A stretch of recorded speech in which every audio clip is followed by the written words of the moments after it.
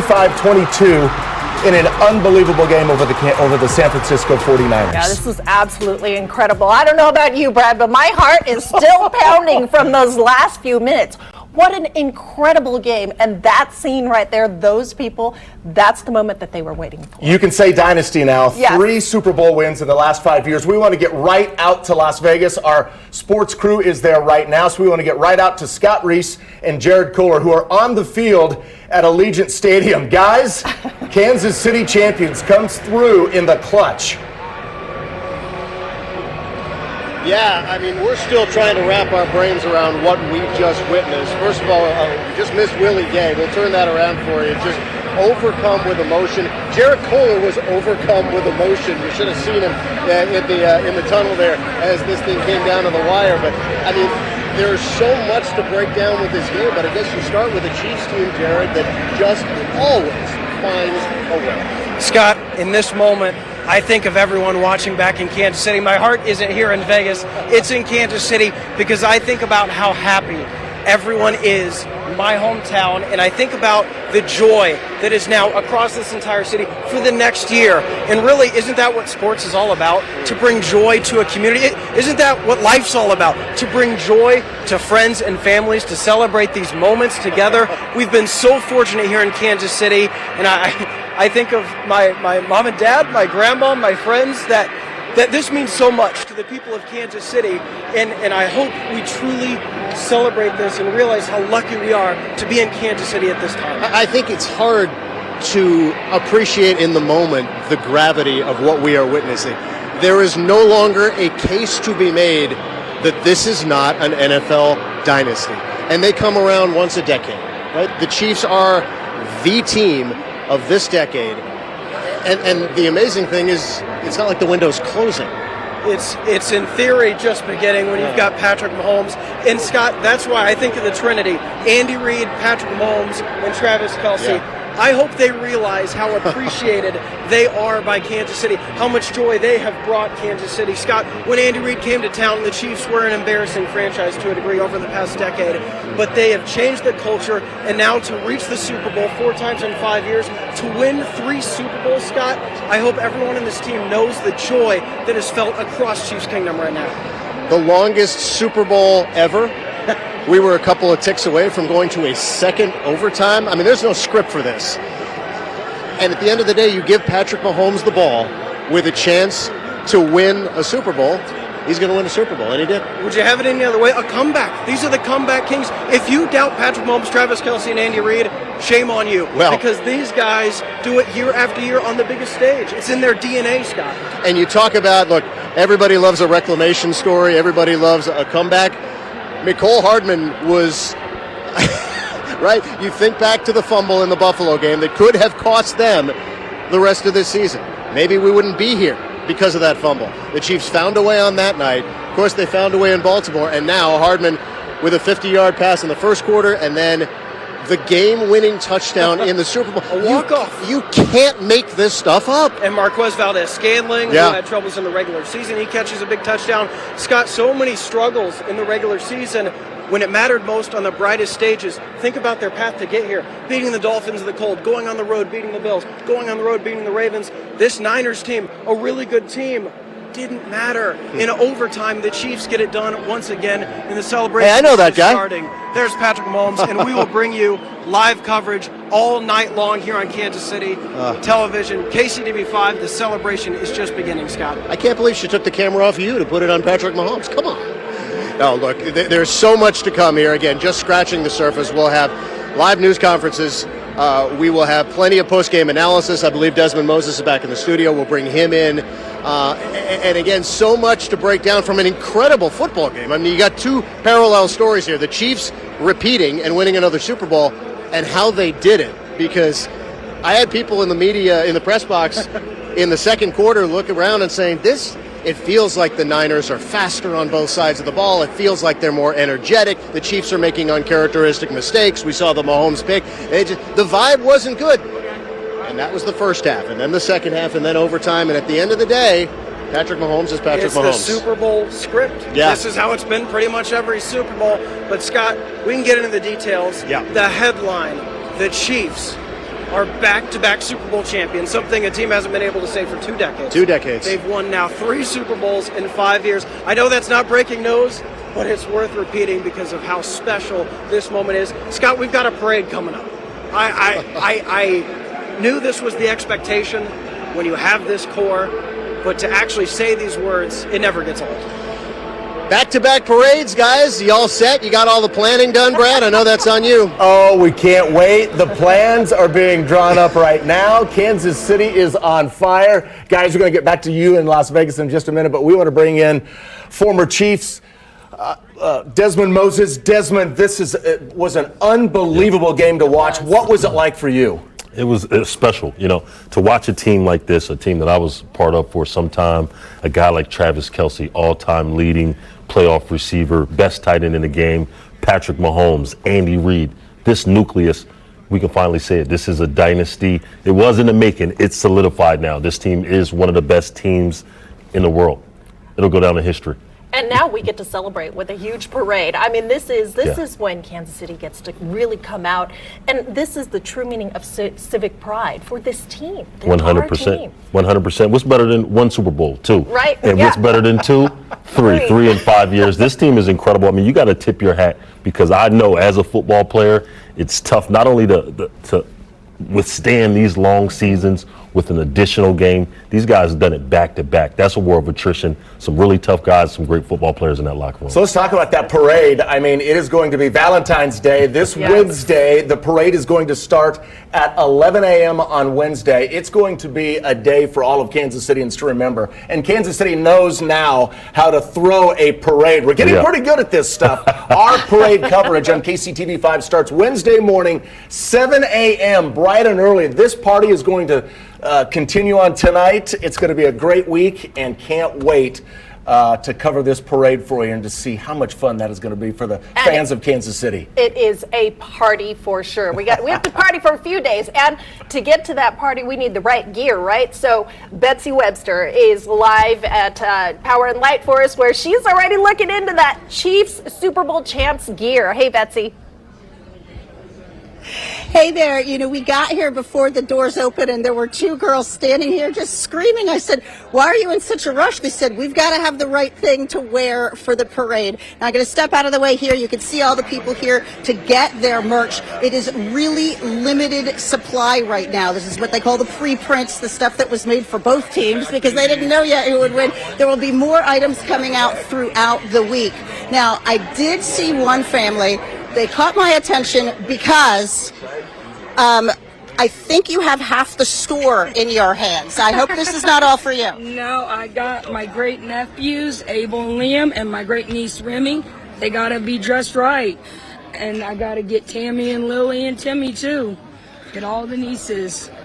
All right, so you've got how many shirts there? I lost count. I also have a co-worker shirt for... Oh, yeah, I got too many, probably. Don't tell my husband. So tell me your favorite part of the game. I mean, nobody can argue favorite part of the game is that final time crossing the goal line. I mean, there's nothing better than that. I mean, nothing gets better than that. How would you describe the game? I mean, the whole time I was up and then I was, and then I was up and then I was like, oh my goodness, it was so up and down. But, I mean, the whole time though, you're never really doubting. The whole time you're just like, well, they're going to figure this out now because that's just how it is. That's how the culture is now. You know that they're going to come back. Most valuable player of the game? I think Butker. I really think every time, Mr. Reliable, he came through when he really needed to. He did a great job. Super Bowl record for longest field goal, by the way, set tonight by that man. He did that. Beautiful beard.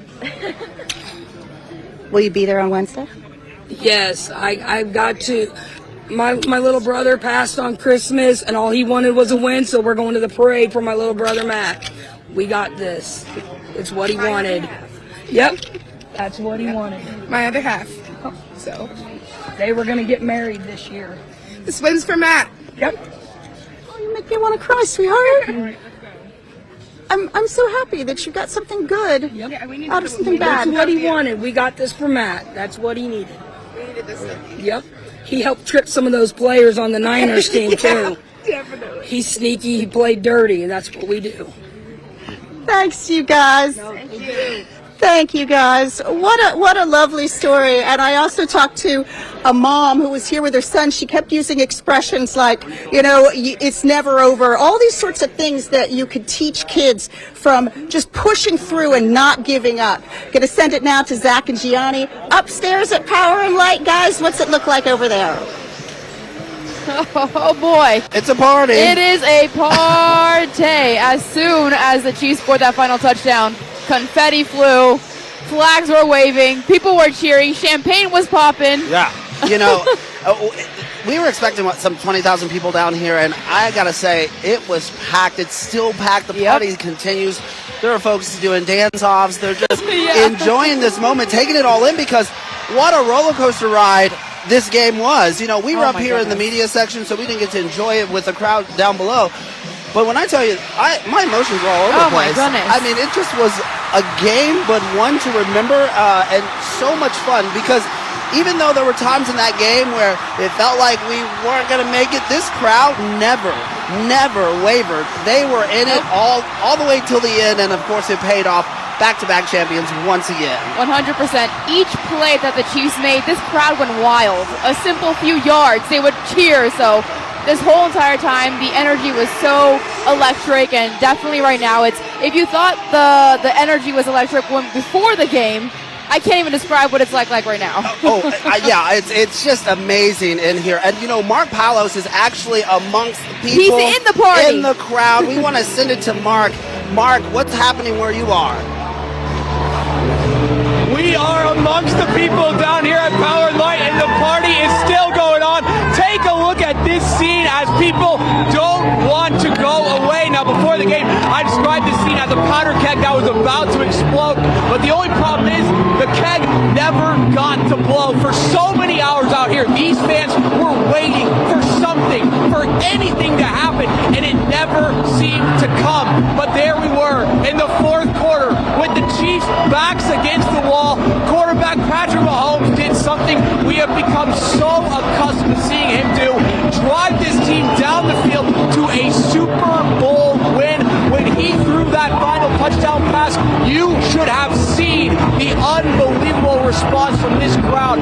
They were searching for something to cheer for all game, and they finally got it. These fans are definitely very, very happy. A huge sentiment I was hearing today, and a lot of fans don't want to take this for granted. Sure, we've gone to the Super Bowl 4 times in the last 5 years. Sure, we've won it 3 times in the last 5 years. But it is so hard to get to the top of this mountain. There are 31 other NFL franchises that would die to be where we are right now. In Kansas City, we know this is something that we were not used to. But now it has become the norm. And as you can see here in Kansas City, the party is still going on. We are going to continue to be in the thick of things down here on Power and Light. But we are going to toss this out now from the party in Kansas City to the party in Las Vegas with Bill Hurlbrink and Carolyn Long. Guys, how are you guys doing out there? Mark, I cannot believe what's going on. My blood pressure, it was through the roof here at Allegiant Stadium. It's finally dialed down a little bit. All I want to know, Kansas City, is what are your plans on Wednesday? Because we're having a parade. Can you believe this, Carolyn Long? Valentine's Day, we are in love with our Chiefs on Valentine's Day. All I want for Valentine's Day is to get down on that field. They love to talk, man. Outside looking in, it's so funny hearing them, bro.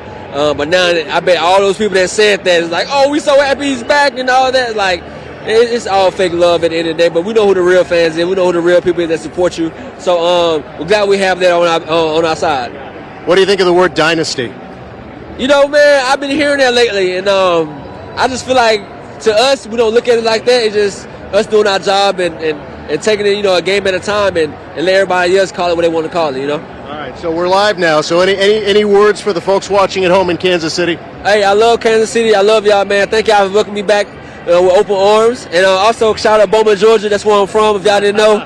I love everybody back home, man. I'll be back there soon. All right. Hey, Nicole, thanks a lot. Appreciate it. All right. That would be Nicole Hardman, who caught the game-winning pass in the Super Bowl. So that's all good. And again, what a story from GOAT to hero, right? The big fumble in Buffalo comes back, and now he's walking on cloud 9. And he's a guy that, again, Brad, they will talk about in Kansas City till the end of time. Bill and Carolyn, excuse me, we're going to keep it here in Las Vegas. So, guys, hopefully you got to see that. I haven't seen you all night, but I know you're here somewhere. Yeah, we're up here. We're high above. We're with the crowd. And you know what was wild is the crowd was obviously largely red. It was a sea of red. We're used to that being Chiefs fans. Not the case this time. It was definitely split, but not 50-50. It was heavy San Fran fans coming in, and they were coming in for revenge. That's right. I'd say 60-40, 70-30 probably San Francisco. I think you're right. Especially being around here since Wednesday morning, seeing the fans get in. You know California is not too far away, so they're going to get here a little sooner. But Kansas City's filled in, and this place got loud towards the end of the game. Kansas City showed up and showed all of that, all those 142 decibels that Arrowhead brings. It was here live at Allegiant tonight. Now, Pacheco's stepping to the podium now. Let's hear what he has to say. Spags, third down in the red zone and overtime calls and blitz, and you guys are able to obviously execute. I mean, that's what we do, baby. We go on pressure from left, right, center in a whirly bird fashion from all over the place. We go on pressure, bro. So just a storybook ending, to a Cinderella story for us. Battling through the adversity of the year and then having it all surmount to where we are right now. Just unbelievable feeling. Just you know about Patrick Mahomes, but why do you feel like this defense has been as special as it has been? This is the most, I've said it since training camp, this is the most cerebrally intelligent defense that I've been a part of. And not only cerebrally intelligent, but also physically dominant across the board. Corner, safety, linebacker, D-line. Guys know the checks and calls, and guys play hard. Like, there's nobody who's scared to tackle out there. You want to run the ball to the edge, our corner's going to cut you in half. You want to run it down the middle, safeties and linebackers coming downhill. So you match that with the ability of what Spags puts together in the game plan each week and the checks and alerts that we put in, and it just puts us in a position to be successful. It puts us in elite company, man. This is a legacy game for us. It was a legacy game to make sure we put a stamp on it. And I think there's maybe 5, now 6 teams that have been able to do this. So game going into overtime, all the viewers out there, you got your money's worth. You know, we like to keep it interesting here in Kansas City. It always comes down to the wire. What was Travis's message to the team last night? And was it sure that guys really critical? Man, it was just powerful. His message was so powerful, man. You just felt the energy, the passion. It just came straight from the heart. He was talking about just us being us, man. And it didn't matter what anyone else said. It didn't matter what the commentators or analysts or professionals, it didn't matter what anyone said, you know, positive or negative. It's about us, you know, and it's not about making excuses, about going out there and playing dominant. And you felt that. We felt that in the pregame speech, and you also felt Sorry, that obviously Justin Reid there at the podium there. Obviously, Justin Reid there at the podium talking about his Cinderella story. Not sure it's the Cinderella story anymore now that you're going back-to-back Super Bowl wins, but it has a story to tell, and it is now Kansas City's story. It's just unbelievable. I got to echo what Jared said here at the very beginning of our broadcast. As a kid growing up in Kansas City, you just didn't see this. And the fact that Patrick Mahomes comes to town, Andrew Reid comes to town, Travis Kelce comes to town, you go to the Super Bowl in 2020, and then you go back in 21, and you win the 2 back-to-back here in 20. I'm speechless. It's amazing. It sends chills for sure. Let's go back to the podium now. I want to hear from these players tonight. I think Willie Gay's stepping up now.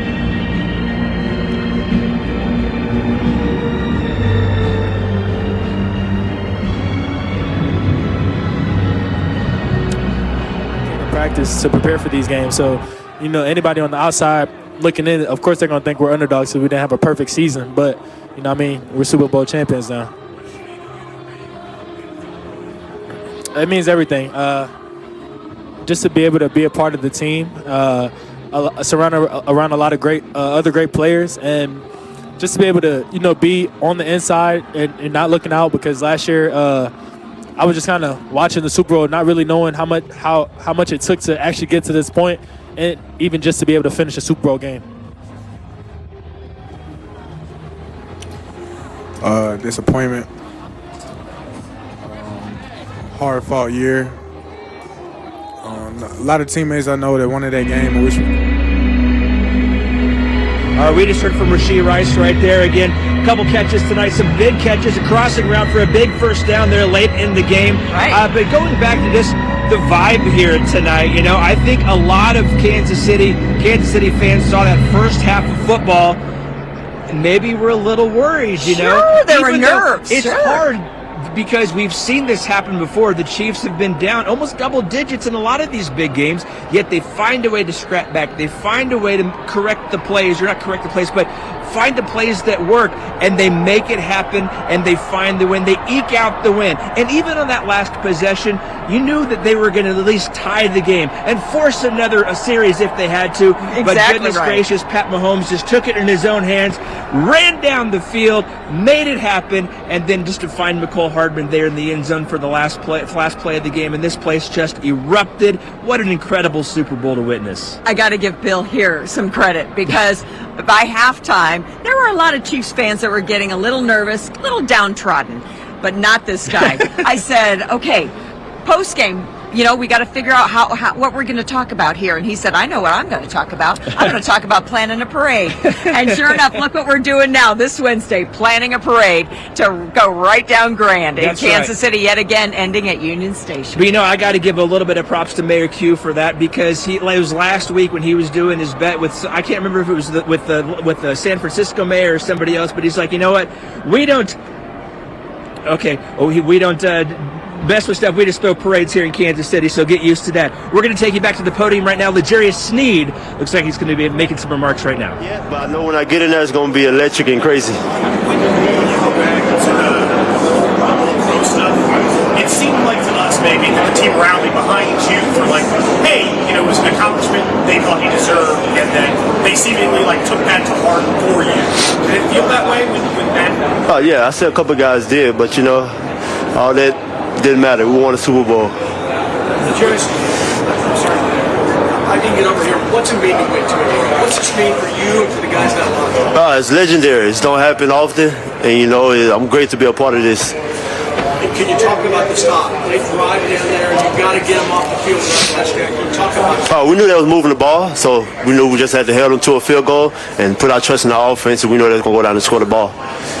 This is Chris Jones' last game, that last play where he forced the ball thrower to throw away. You talk about Chris. Chris has been electric all year, man. I can't even explain what was going through my mind. I was just extreme joy. Didn't even know where to go. But it's so excitement, man. I'm so proud of the team, so proud of the guys, and to battle to the very end. That was a microcosm of our season. I said it, and everybody came together and we were able to get the win. Yeah, 100%. Battling through the adversity that we battled through this year, and guys staying with the process, keeping believing. You never know how it's going to happen, and to be able to go play three great teams, to get to this game and play another great team and win all those games, it was a true road in the playoffs, and we were able to come through and be Super Bowl champs.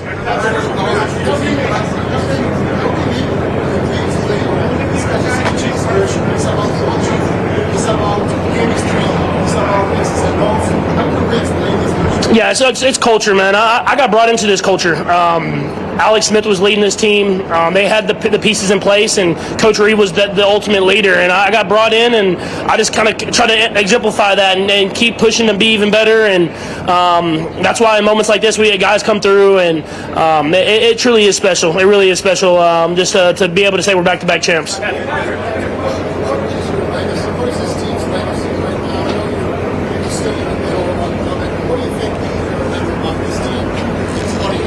Yeah, I hope people remember not only the greatness that we have on the field, but the way that we've done it. I feel like we enjoy it every single day. We have fun. We play hard. And it's not always pretty, but we just continue to fight to the very end. And I know you get fatigue of the team sometimes, of one team winning, but we try to enjoy it and just enjoy the moment that we have together and enjoy just kind of what we can do every single day to bring the best out of each other.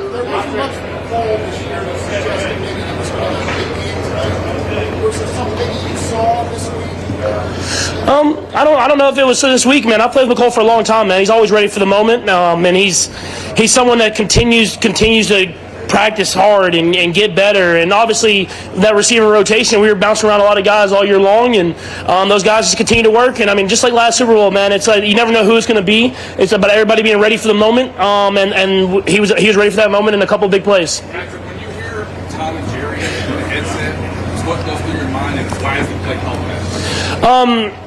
Yeah, the play call, I think it started because Clyde was the first one to run it, and Trav was the other guy part of it, so it was like Tom and Jerry, that whole thing. It was that's the concept of the play, and then the motion was the exact same motion that we ran in the Super Bowl last year, and they actually covered it pretty well at first, and then I kind of looked back and looked back to them, and that's a little risky always, so I was a little like, hey, let me make sure it's open. But obviously, Coach Reid, man, he knows when to call those plays at the right time.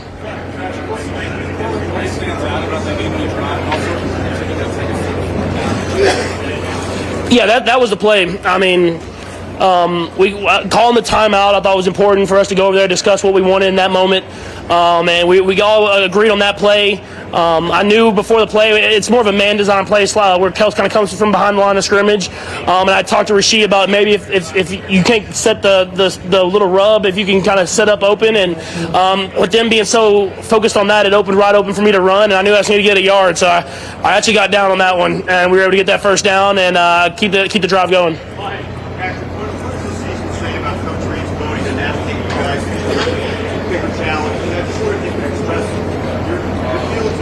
He's one of the best coaches of all time. I believe he's the best coach of all time. I mean, I know he doesn't have the trophies yet, and I have a lot of respect for some of those great coaches. But the way he's able to navigate every single team he has, continue to have success no matter where he's at.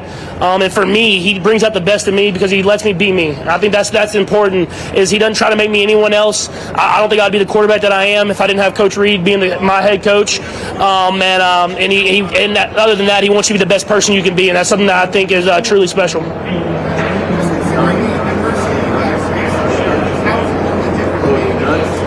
Yeah, I think it means more, man. I mean, to be able to battle through that adversity and come out better on the other side, and I think it prepared us for the playoffs. Obviously, we've had a lot of great playoff runs, but this is going to be up there because just the way that we kind of continue to battle whenever times weren't great.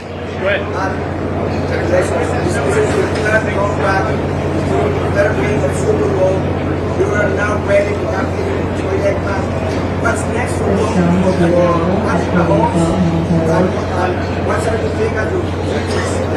Yeah, I mean, I'm going to celebrate tonight. I'm going to celebrate at the parade, and then I'm going to do whatever I can to be back in this game next year and trying to go for that three-peat. So it's an ongoing thing in the NFL. I think Tom said it best, is once you win that championship and you have those parades and you get those rings, you're not the champ anymore. You have to come back with that same mentality, and I learned from guys like that have been the greatest of all time at the top of the level.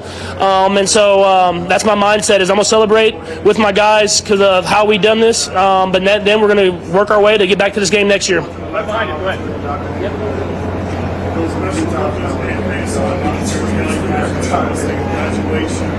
All right, hearing from MV Pat, how about that? 3 rings, 3 championships. Unbelievable. KC's MVP. That's right. Now from Pat Mahomes, let's go on over to Travis Kelce. Something special that I'll remember for the rest of my life, and it brings me to tears even thinking about that moment and being here all week with being there all week with him. But what we had to endure with this team, to see guys rise to the occasion, to see guys put stats aside, to see guys just put their heart in every single day and focus every single day for the person next to them.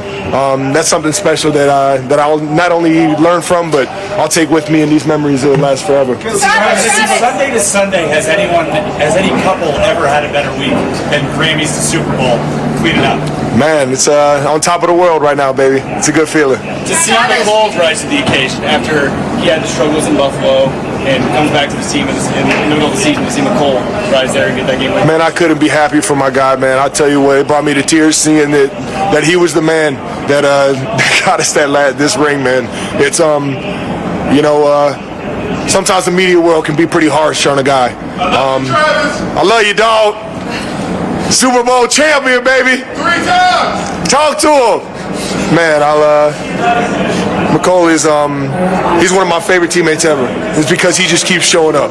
and he keeps trying to find ways to win. Had a huge play for us early on that kind of sparked us, and then on top of that, found a way to win the game for us.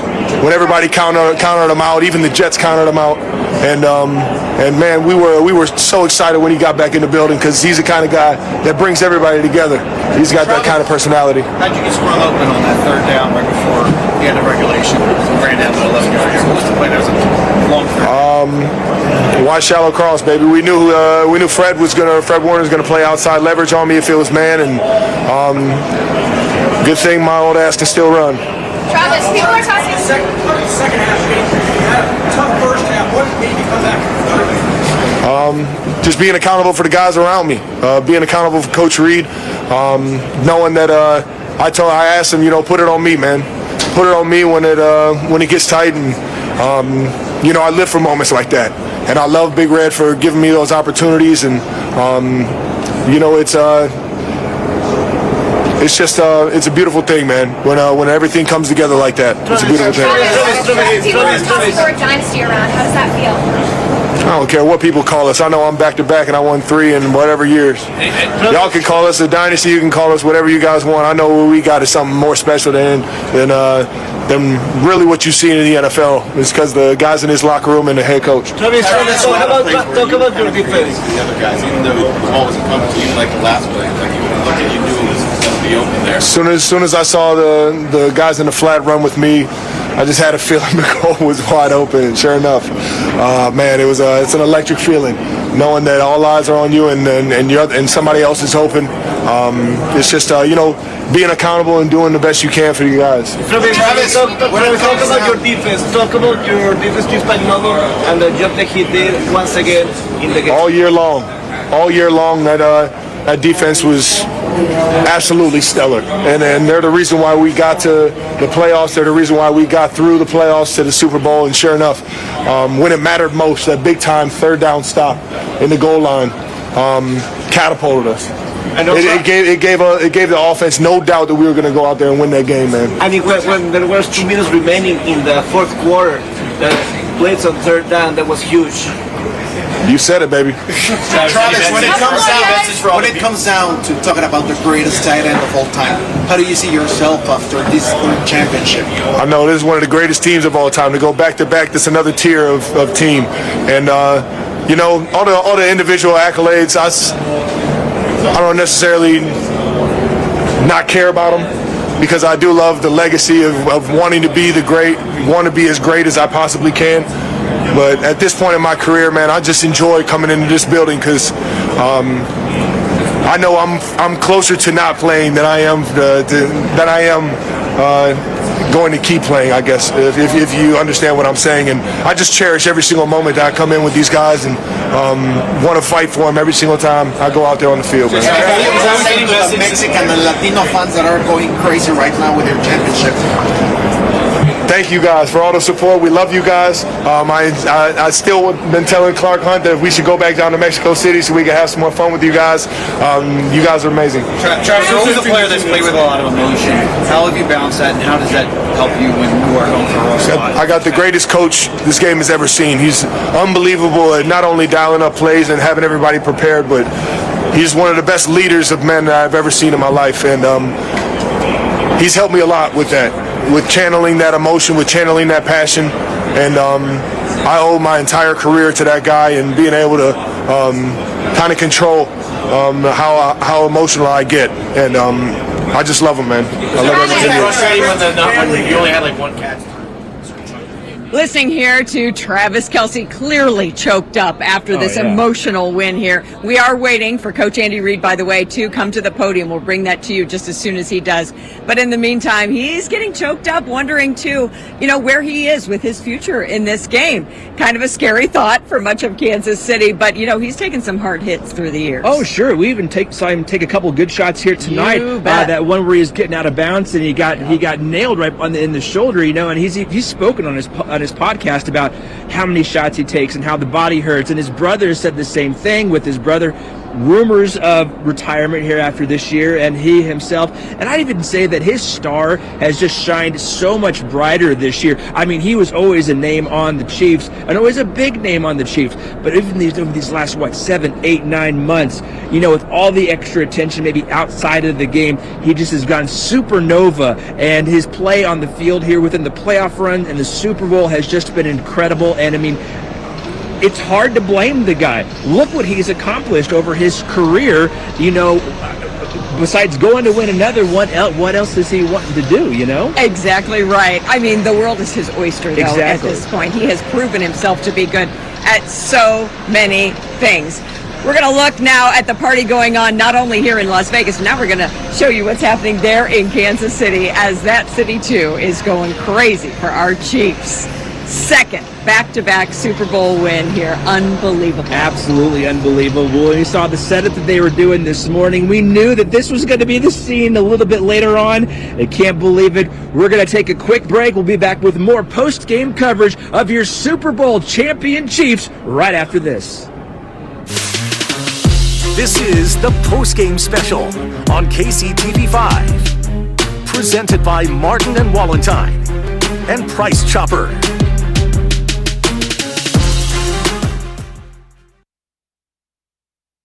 Injured in a car accident?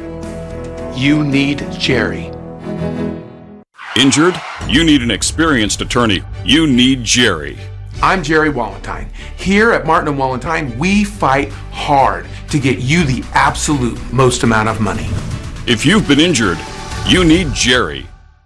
Rashee Rice has set a franchise record for the most touchdowns by a rookie receiver. To honor his rookie season, BigTimeBats.com has released the full-size Rashee Rice Art Football, limited to 2023 footballs, the Extremum Football, limited to 500 footballs, and the Chrome Football, limited to 100 footballs. You can see other player and complete team signature footballs at BigTimeBats.com now. It's a new era. We meant it then, and we mean it now. A generational win for Kansas. We're building something special here in Lawrence. But this year is going to be different.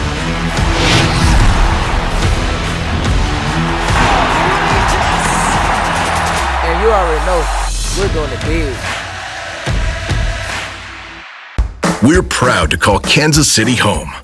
Like everyone here, we know we've got the best barbecue. But we're also pretty good at pasta, tacos, and even beer. We love our sports. We love our city. And we love supporting each other. There's a lot to love about Kansas City. And at Price Chopper, we love serving you. Thank you, Kansas City, for always having a place for us at your table. Injured? You need an experienced attorney. You need Jerry. Jerry got me a lot of money, and I didn't have to pay anything out of pocket. Our team will work tirelessly to get you the best outcome. If you've been injured, you need Jerry. This sports special is presented by Price Chopper. Our live coverage of Super Bowl LVIII continues, not only here in Kansas City, but also in Las Vegas. We are waiting for head coach Andy Reid to step to the podium, so just as soon as that happens, we'll get you back to the podium and Andy Reid to hear what he has to say. Yeah, but we are going to go to our Scott Reese and Marlia Campbell right now. They are on the field of victory. Hey, guys. Hey, guys. Yeah, wish you were here. Good times. Marlia, this is your first chance to give us your thoughts on one of the most incredible Super Bowls we've ever seen. I mean, that's exactly how you put it. The longest Super Bowl ever. So many ups and downs. There were so many moments towards the end of that game where we were just on our toes. I think about the 4th and 1, we thought, oh my goodness, this season could come down to 1 yard. And of course, Mahomes, as he does, on his feet, makes the play, gets the play done. Poetically, it ends in the hands of Hardman. The Jet comes back to Kansas City. Just an incredible finish. We're going to be talking about this game as one of the best ever played in this moment. Can you imagine if that 4th and 1 had gone south. Oh. What a brutal way to end a season. That's how close these games are. We are talking about inches, razor-thin margin of error. Chiefs come out on top of that. But, you made the point. It was Patrick Mahomes with his legs. And we'll bring in Desmond Moses, our Chiefs analyst, back in the studio. Des, Mahomes threw for 333. He rushed for 66 yards. And this was a guy who in the first half had very pedestrian numbers. He threw the interceptions, but at the end of the day, talk about rising to the occasion, huh? Yeah, nearly 400 yards. The guy threw for 333, won his third Super Bowl MVP. I'm a numbers guy. This is a dynasty. Patrick Mahomes is who we think he is who we thought he was.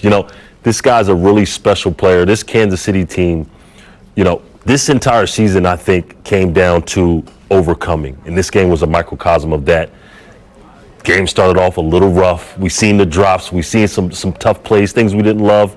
But Chiefs came out in the second half and showed us exactly why they're back-to-back Super Bowl champs. Yeah, we talk about how close this was. Think about Leo Chenal getting that block. I mean, that was the difference in this game. It ended up changing the last drive completely. We talked about that Patrick Mahomes 4th and 1. I mean, there's so many little moments in that game you can point back to. Travis Kelce stepping up in the second half. He had 1 target for 1 yard, 1 catch, 1 yard in the first half. Yeah. Unbelievable. Yeah, and you saw the numbers he finished with. Just absolutely. I mean, just shows the resilience of him within a single game. But I think about the entire season and how it started that 4 out of 6 game losing streak in late October into early December. This team has no quit. There is no point where they are folding in the cards, so to speak. We're in Las Vegas, a little card pun. Their resiliency is just incredible. Des, I got to ask you. I mean, we did this show every week throughout the season, and there was that stretch when they were like 5-5 over a 10-game span. Yeah. Did you see this coming? You know what? I didn't, but that's the characteristic of a good team. Each week you go in, you try to improve, you try to get better, cut some of the errors that you had from the week before, and that's exactly what we saw from Kansas City. That's a sign of great players and great coaching. These guys, week in, week out, took accountability, went back to practice, went back to work, made those corrections, and now we're talking about back-to-back Super Bowl champions. But no, I didn't expect this from this team early on, especially some of the things we were talking about, drops, silly errors, not being disciplined. Wasn't really what we expected from a Kansas City Andy Reid coach team, but they certainly turned it around. And what more can you say about this team now? Yeah, Christmas Day against the team that normally inhabits this stadium. That may have been the turning point, that brutal home loss to the Raiders. And you know what? They haven't lost since. All right, Des, stay put. We'll get back to you in a bit. But now let's send it way back to Kansas City. Mark Palos hanging out at Power and Light. And I'm guessing there are some happy campers around you, Mark. Scott, I think that is a fair assessment. Obviously, as you know, this game ended more than an hour ago. And take a look at this scene we are still seeing in Kansas City. These people do not want to go home. This is a moment Kansas City wants to celebrate together. Earlier tonight, we all were singing, "We are the champions." Let me tell you, there is no feeling like being surrounded by 20,000 Kansas Cityans letting the world know we are the champions of the NFL world. Now, Power and Light said they expected 20,000 people to come out here today, and that is exactly what they're got. All day long, there was not a single square inch of space available, and now we are coming up.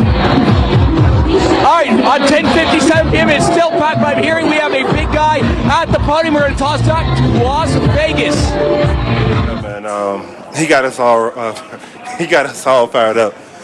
Just explaining the journey we've been on and the adversity we've been through and how we've been able to prevail. And this game is like no other game for us.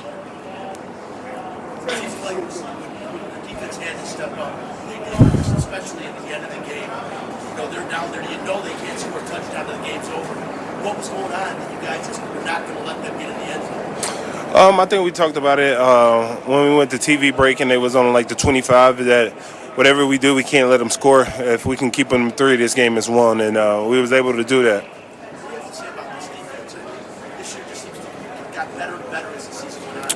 This is a special unit for the guys in the room, for the relationships he was able to establish, and Spags, man. Spags been amazing. His wife moved to Kansas City this year, and I think it transformed our whole defense. Chris, how's this feeling this year? You said it's podium, similar podium last year, this year you did personally very well. All right, hearing from Chris Jones right there at the podium. What a story he's had this year too. He had quite a night. Having didn't report to training camp for a long time. Was holding out for that contract. Got that $1 million sack there through the season, and then comes in and anchors that defense that's just been lights out this year. An amazing job by him and the Chiefs defense. Played a big role in tonight's win. Huge role in tonight's win. Harrison Butker, by the way, also yes. deserves a huge shout out for getting us on the board in the first place. And kicking the longest field goal in Super Bowl history. I mean, we're just making history in so many ways. Yeah. You know, it just reminds you that, I mean, the NFL football schedule is 18 weeks long, and it comes down to just two teams, and only one walks away a world champion, and here we are. And it's again in Kansas City. Absolutely incredible. And again, anchored by these guys that have been here for a few years with Patrick Mahomes, Travis Kelce, these news guys coming on. Even like Trent McDuffie would make a case for a solid effort tonight with the different pass breakups that he had. Harrison Butker, like you said, Isaiah Pacheco had the unfortunate fumble, but was back up on the horse again, got some critical first downs here later in the game. Just an incredible all-around performance by the entire team tonight, and it's so fun when you see these guys support each other wholeheartedly, and they say so on the podium day after day, every time they get there, and they just work together and they support each other, and it's so fun to see it work together. And this is they reap the benefits of their efforts, and it's fantastic. This is it. Travis Kelce, though, kind of touched on it briefly, that he felt like kind of the most hated team in the NFL at one point.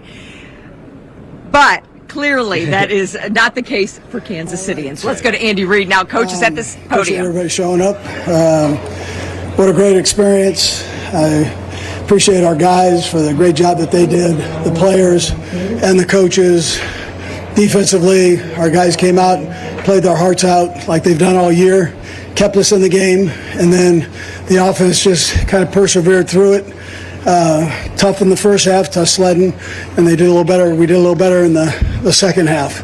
And then obviously the last drive was a thing of beauty. And all of this, congratulations to the 49ers for being here. Kyle is a great head football coach. The 49ers are lucky to have him. And what a game, right? What a game. It could have gone either way. And it was just one of those games. I feel fortunate to have been on the positive side of it. Anyways. Vahe, Coach, over here. Andy's here, right? All right, Vahe. What if you could just compare the feeling of this versus the first thing you did, or the sense that they can get the achievement? What was Yeah, it's a little bit surreal, Vahe. I'm back-to-back is rare for this football team and this organization. So it's I got asked so many times, is it a dynasty? I don't know what a dynasty. I mean, you guys, you have the thesaurus, so I mean, you figure it out. But it's a great win. It's because I know how hard it is to do, and then how hard the season was, the ups and downs of the season, and how proud I am of the guys for just hanging with each other, staying positive with each other. The defense, the young guys grew up, but nobody ever pointed fingers at the offense when the offense was growing, and it all kind of came together during the playoffs and worked out well. And great leaders, and Patrick and Chris and Trav, and the job that they've done. They're passionate players, man, and I love that. And even if they chest bump me to the other side of the 50, I mean, I appreciate it. I just love that the guy wants to play and wants to be in there playing, and he knows I love that. So he makes me feel young. All right. Adam. Paul Hardman, pretty much you suggest during the season that he was going to have a game like this. What did you see from him that made you believe this could happen? Yeah, because he works hard at it, and he can run like a son of a gun. He's fast. And so we were able to hit him on the deep one. We didn't capitalize on it with the fumble, but we came back at the end, and we got another corn dog to work for us. So, yeah.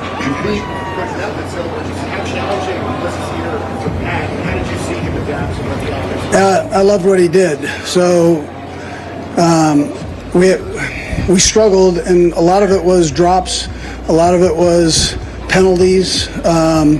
And then Rashid was growing, and he was getting better every week.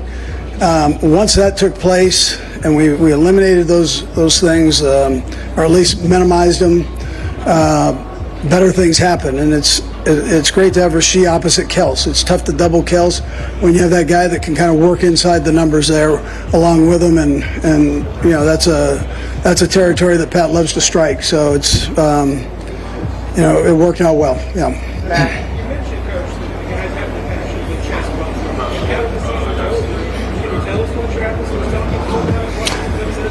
Yeah, he caught me off balance. I wasn't watching. Cheap shot, but that's all right. He did good. He was really coming over just go, just put me in. I'll score. You know, so that's really what it was. Well, I love that. I mean, it's not the first time. So I appreciate him. Right here. Go ahead. Louder.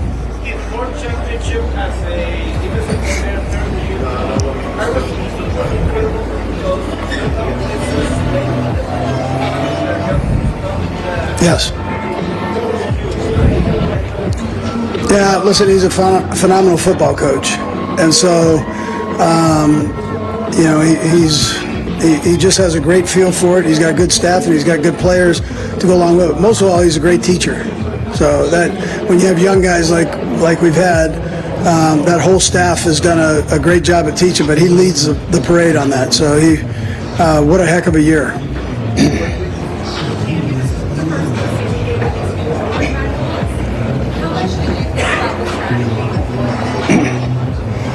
Sure. Yeah, well, that's the value of Mike Frazier. I mean, he does a great job with that. And so you know, there's two ways you can go with it. You can either kick it off or you can receive it. And I'm not sure there's a right answer necessarily. Ours ended up being the right one, but that easily could have gone the other way. So, but that's what we felt was the right thing to do. I'm never going to question Kyle because he's brilliant, and so that was just something that we chose, and through our studies we felt was important.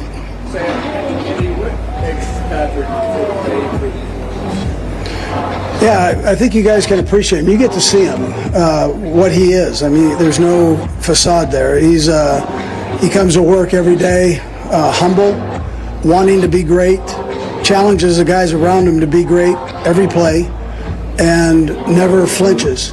You drop the ball, we'll get the next one. Or listen, I need you in this spot right here.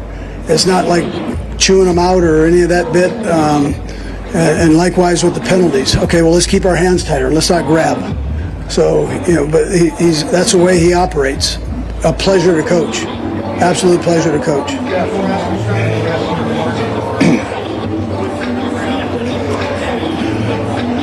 Yeah, we had them called for a couple more, and it just didn't work out. They doubled them early, and then we came back to them in the second half and had them rub off of people, you know, so kind of do combination routes. A couple were with Rasheed and then with MVS. So,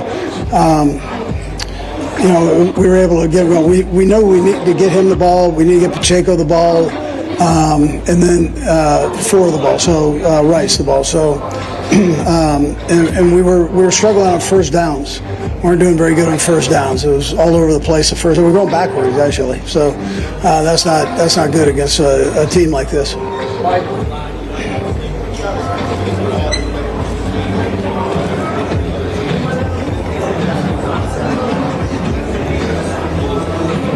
Yeah. So those things. Just the working combination routes, and we were able to get them into space and away from any possible double teams.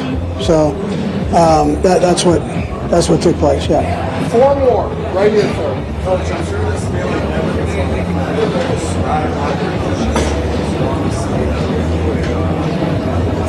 Yeah. Listen, I mean, this is a tough profession, which we all know, competitive. I mean, the parity in this league is ridiculous.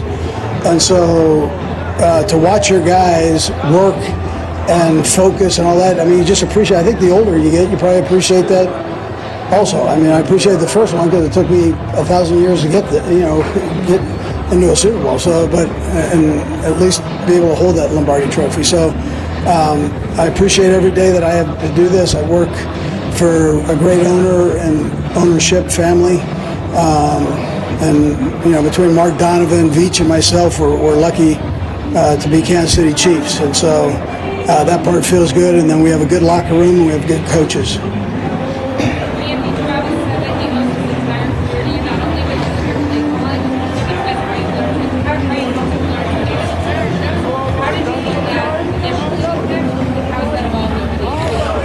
Yeah, he was emotional today. So I get it. Man, listen, I have 5 kids, so I get how that goes.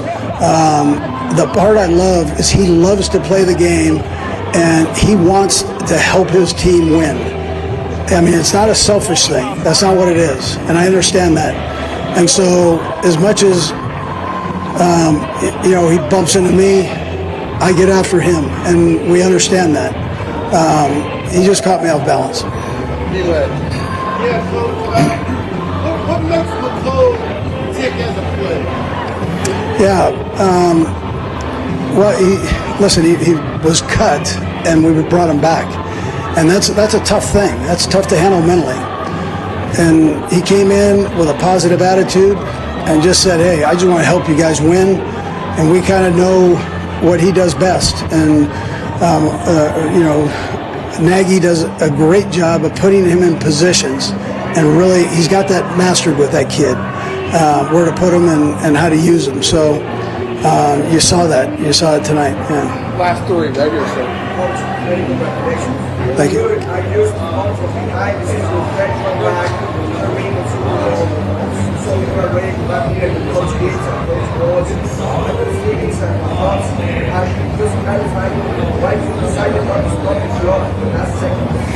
Yeah, well, I thought we had something there that was good. Now, sometimes you've got to evaluate it. So, if the other team's been out there a long time and they've had a long drive, you kind of look at the guys and you go, "Listen, we might want to just keep this thing going and not give them a rest, the other team a rest." And so, as long as you have something good in the pocket there, so we felt we did, and we thought we had them kind of thinking there a little bit, and it worked out okay. Yes, sir. Congratulations on the win. How special is this? What you say to the guys down by 10? Yeah, so I didn't say a whole lot, just keep going. Halftime, we're right there. It feels, when you're in the Super Bowl, you're down by 7 points, it feels like 20. And so you got to just kind of calm it down, and we're right there. We're getting the ball to start the second half, and everybody just hang with each other, and good things can happen. So, and that was kind of the message. The guys were saying that. 3 of them talked the night before, Kelce, Chris, and Pat, and they did a great job of communicating that. It's a brotherhood. Stick together. We're playing a good football team. There are going to be highs and lows in this thing. Just hang together, and good things will happen. And that's what they did. Last one, Charles. Yep, gotcha. Okay. Yeah, I haven't had time to think about it, but yeah, sure. Huh? I mean, I get asked that, so I'm mad at Belichick and Pete because now I get asked all those questions. All right.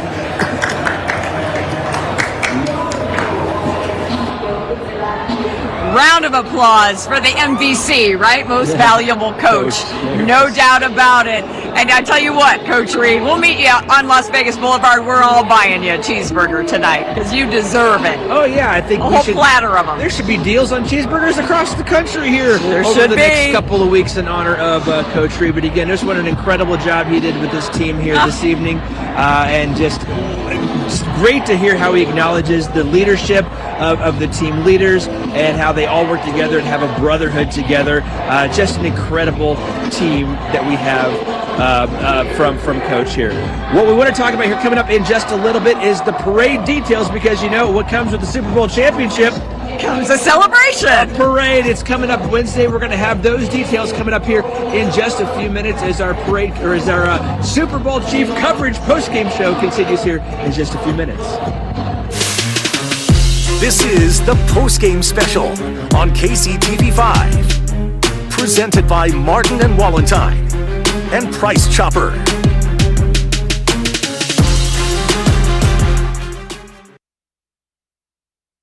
Injured in a car accident?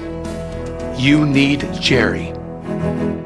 Here at Martin and Wallentine, you're a human being who has value, and we're going to do everything we can. I think that makes all the difference in the world. Before I was a lawyer, I was a full-time pastor. A lot of the connections that I made with people, it carries over because, I want to connect with my clients. A lot of my clients, they're dealing with rough stuff. We're going to fight for them, and we do everything we can to help them because these are real people dealing with real issues. You need Jerry. Sorry, guys, that took me for... What is this? Well, you know how our T-Mobile home internet can slow down? Uh-huh. Turns out, walls can get in the way. So, I fixed it. So instead of getting a Spectrum internet, which is fast and reliable 24/7, you got us internet that can be blocked by walls. Yes, but I think I fixed it. By smashing a hole through our wall. Well, technically, walls. Yeah, I might not want to go in the dining room. Don't settle for T-Mobile cell phone internet. Kids are natural. This is why I don't leave the house. Get faster, more reliable internet speeds with Spectrum. Gordon in the air to center. This place is pulsating at the moment. Chiefs first down and goal to go. It is caught by Kelce. Touchdown, Kansas City.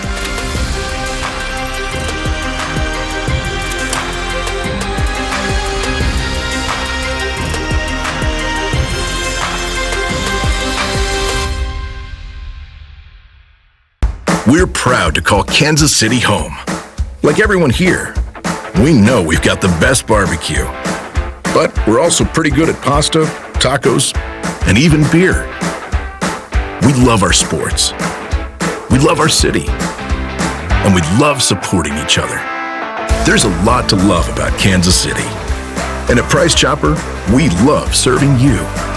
Thank you, Kansas City, for always having a place for us at your table. This sports special is presented by Price Chopper.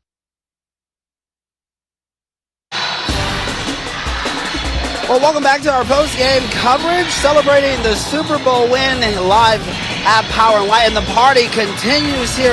The music here is just amazing. Can we talk about that for a moment, Gianni? It is amazing. The DJ has been doing a fabulous job since we got here at 3 o'clock, right. 2 o'clock. Absolutely amazing. The crowd is still here. When we tell you no one has left, we truly mean it. Yeah. The crowd is as large as it was before the game even started. They're having a good time, and they've had a good time this entire time. And, I think, obviously, everybody was here for the Chiefs, but I also believe that this crowd that came out to see the game are very much into music because they're still dancing, having a good time. But even during the halftime show, the Usher performance. Oh, boy. Can we talk about that for a moment? How special was that? That was incredible. The features he brought: Alicia Keys, Lil Jon, Ludacris. I think for millennials, exactly. For millennials, I think it was like, oh man, that took me back to high school. Yeah, for exactly. a moment. So the party continues here. It's lively as ever. We are celebrating, and we're also going to celebrate even more so on Wednesday. Yeah, we have a parade. For our parade. We have a parade, folks. I know everyone here was wanting it, waiting for it, so that's going to happen Wednesday at 11 a.m., but our coverage actually starts at 7 a.m. That's right. You better stay tuned. And that parade's going to go down Grand. We've been here before. Yes. It's the same route, down Grand from 7th Street to Union Station, where then there's the victory celebration out in front of Union Station. And I got to say, I've been back in Kansas City for 3 months now, having spent the last 3 years in Atlanta. And this is such a homecoming kind of gift, if you will, to be able to celebrate and to be able to celebrate on Wednesday with the parade. Really looking forward to that. We are too. Back to you guys in the studio.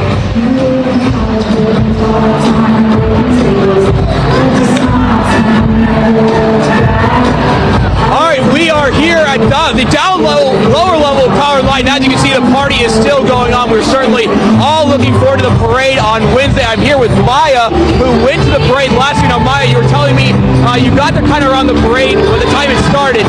Would you advise that? I think I should have went way earlier than what I was supposed to go. It was so crowded, nowhere to park, and I say get there in advance. And just as a member of Kansas City, this has definitely been a very special time.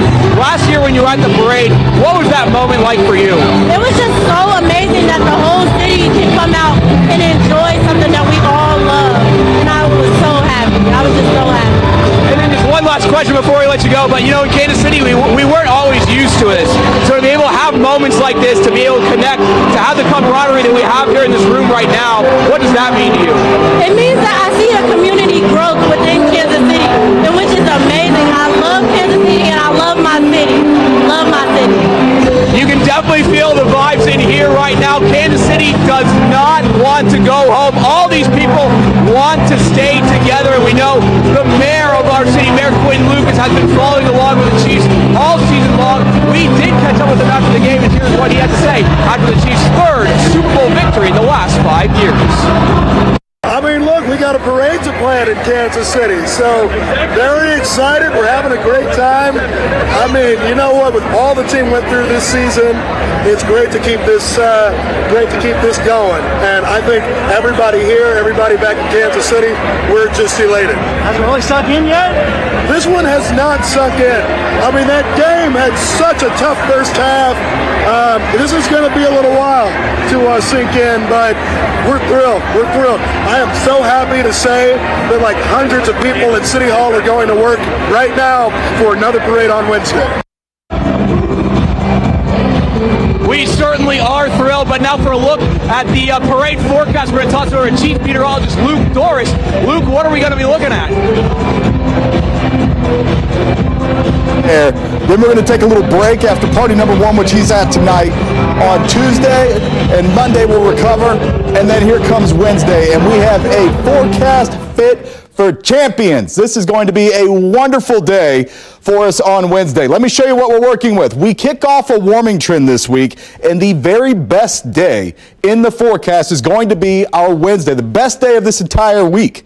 All right, so 7 a.m. we're at 36. We're at 41 at 9. We're at 47 by 11. So we'll start with just a little bit of a chill, but this won't be cold. 54.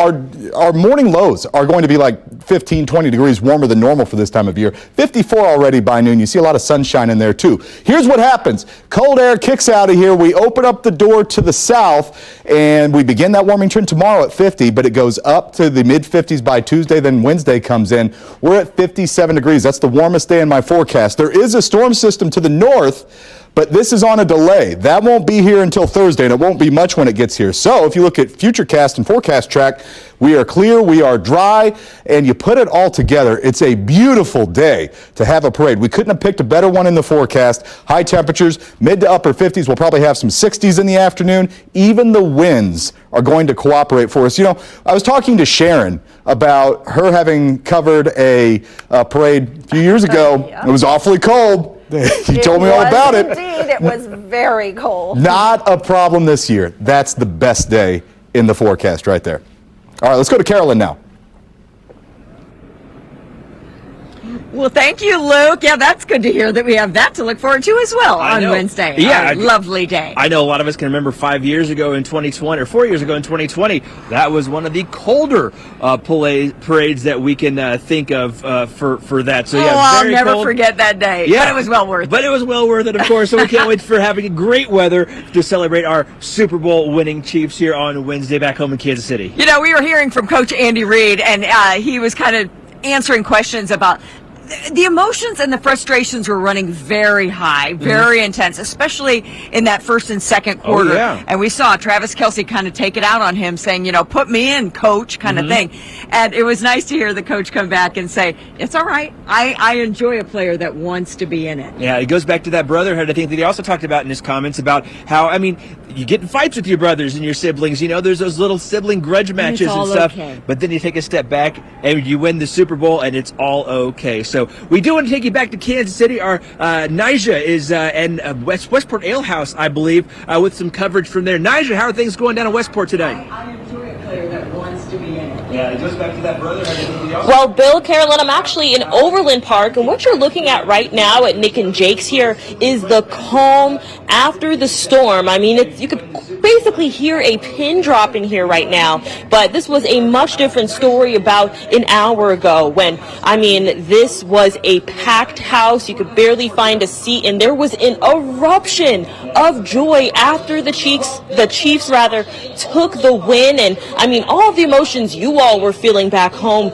you could very much feel that right here in the building. Those moments of tension you could cut with the knife when people were just uncertain about whether or not the Chiefs were going to be able to pull through, the groans of disappointment to then those sighs of relief in the second half when the Chiefs pulled through and finally got the win at the end. And I mean, it really was a beautiful scene to witness, that eruption of joy, people giving high fives, hugs. It felt like a big old family reunion in here, and some of the fans I spoke to said it best. What we just saw was history.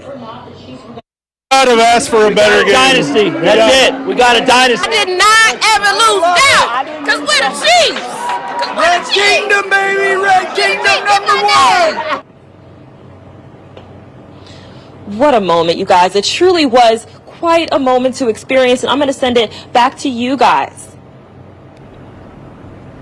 All right. Thank you, Nyjah, so much. So glad to see the excitement there in KC, and the excitement amongst Chiefs fans here in Las Vegas is almost palpable, but they're heading out to the streets now to find a place to party, which isn't hard in Vegas, mind you. I tell you what, towards the end of this game, and especially in OT, everyone started kind of bringing out their superstitions, you know. Oh, yeah. I was standing here with my lucky bracelets, rubbing my lucky bracelets, just kind of wishing them on, and I looked over, and Bill has one of his own here, tailor-made for a Super Bowl. Right there. Shout out our morning producer Caleb. So it made these for the entire morning crew, and yeah, but it's a Swifty bracelet. It's a Swifty bracelet. Yeah, but no, I had the superstition going. Am I standing in the right spot? Am I looking at the right monitor over here? Am I doing the same thing I did the last time that the Chief? I know it's really ridiculous, but it's so funny, the superstitious things we do. But you know what? If it works, is it really that silly? No. Let's keep doing it. Let's keep doing it, and let's do the what did Patrick Mahomes call it, the three-peat? Let's do that again next year. I like it. I like the sound of that myself. All right, KCTV5's Neil Jones is down, I think, on the field, or down lower than we are, because we're up in the nosebleeds. Neil, how are you doing? I am down in the interview room. I just returned from ground central of the biggest party in the biggest part of the city of Las Vegas. I'm talking about the Chiefs locker room. Everybody dancing, almost everybody smoking cigars. Unbelievable, unbridled joy. Got to talk to about 5 or 6 of the players. They threw us out of there. I stumble out through the smoke, and who do I see but the man who kind of orchestrated all this, and that is the CEO and chairman of the Chiefs, Clark Hunt. His dad, of course, handpicked him to run the team after he relinquished it. And I'll tell you what, he loves his late mom and his late father, and he wanted to talk about, when I talked to him earlier, he wanted to talk about them. What's this mean, not just for you, but for your whole family? Well, each Super Bowl victory has been so special, and getting to celebrate it with my family up there on stage is really, really fun and so special for us. Of course, we were thinking a lot about my late mother, who missed her first game tonight, and wish she could have been here to see it. But I know she and my dad are upstairs looking down and smiling. I think that you probably made a lot of people back in Kansas City very emotional talking about up there with Jim Nance.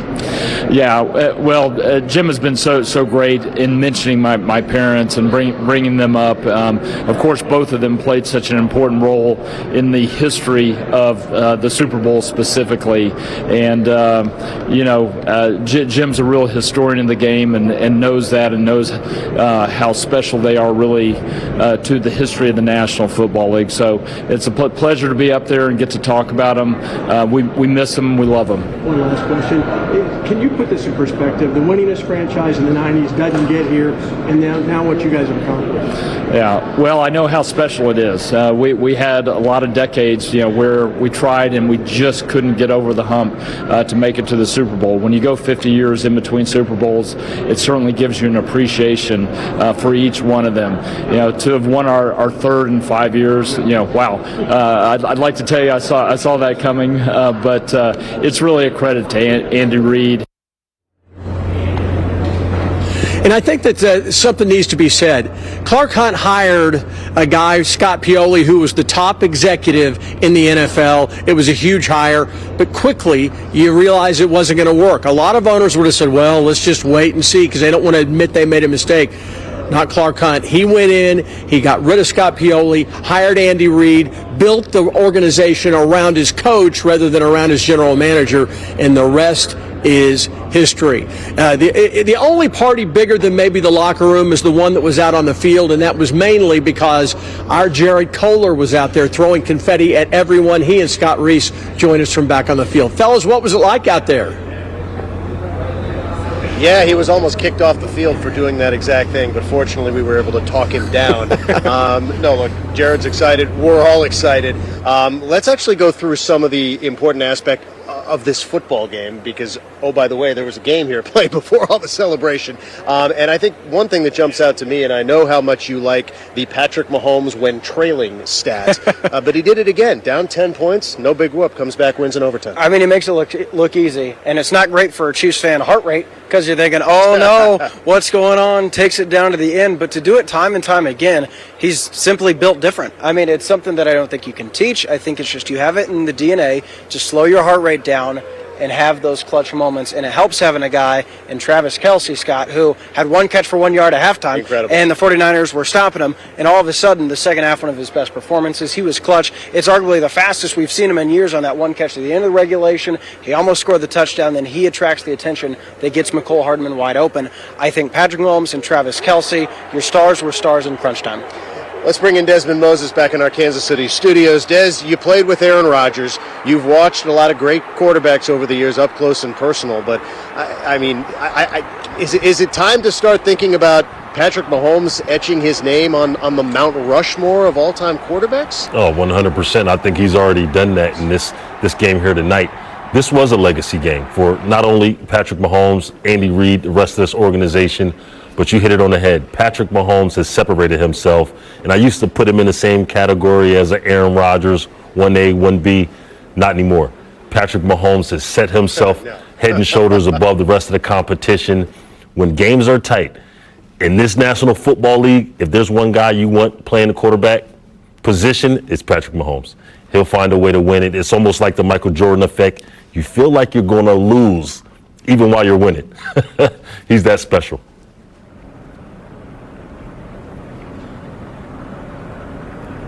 Mahomes, Travis Kelce, big reasons that the Chiefs won this game. We talked about the defense all season long, Jared. They were great again tonight. But I think we would be remiss if we did not acknowledge the important role that special teams played in this football game, because there was a time when we thought Harrison Butker might be the MVP of the game if things broke right.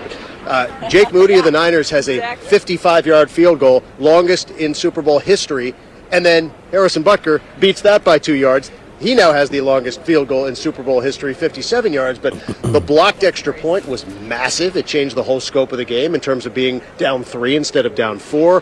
You had the fumble on a punt that led to the Marquez Valdez-Scantling touchdown. That was one of the biggest plays in this game. You had a couple of great balls down at the 1 yard line. This was a special teams display, both positive and negative. It was huge. No, it really was a complete team effort in that, the offense maybe gets the glory at the very end, but they're not in this game if it weren't for the defense and special teams. Harrison Butker, that was not an automatic field goal that they were saying, hey, that was a decision whether or not Andy Reid would go for it. Kicks it from 57 yards, doesn't get any extra point blocked, doesn't get any field goal blocked. They recovered on special teams. Scott, you ran through it. That's the difference in this ball game, and it kept the ball game going. And the defense also, time and time when the offense kept failing, I said, they need to count on their defense once again to bail them out.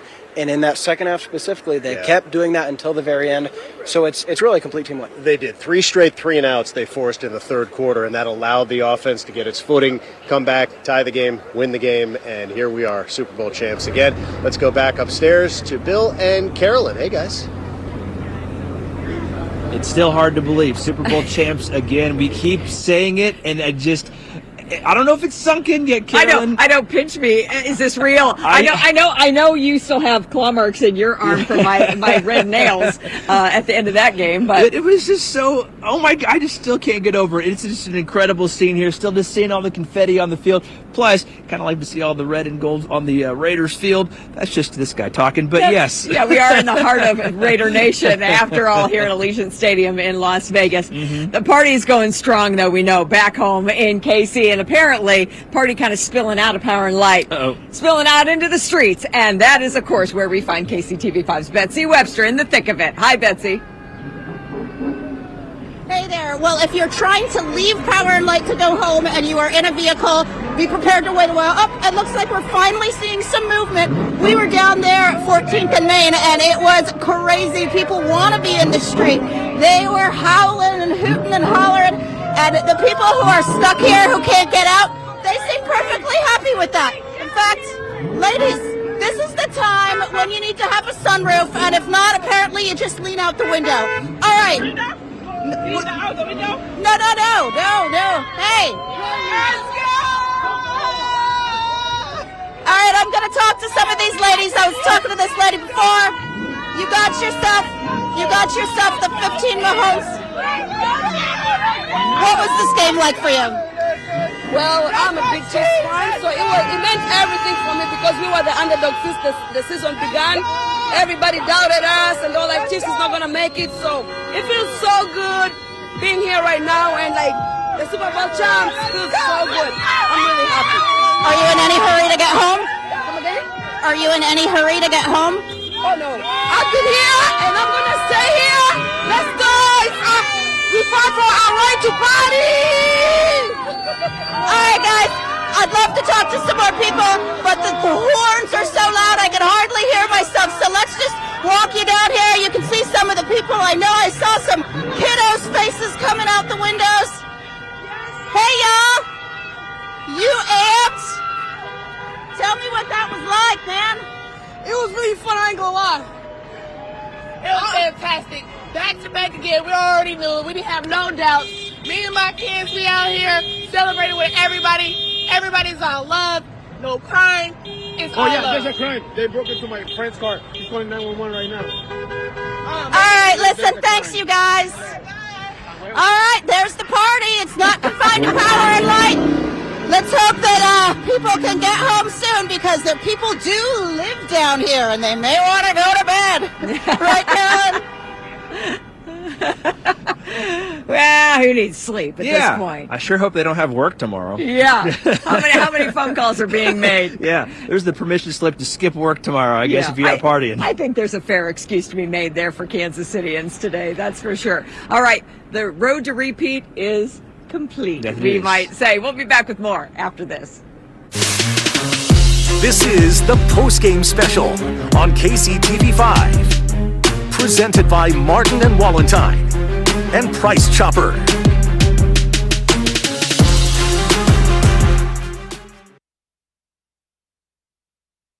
This sports special is presented by Price Chopper. Rashee Rice has said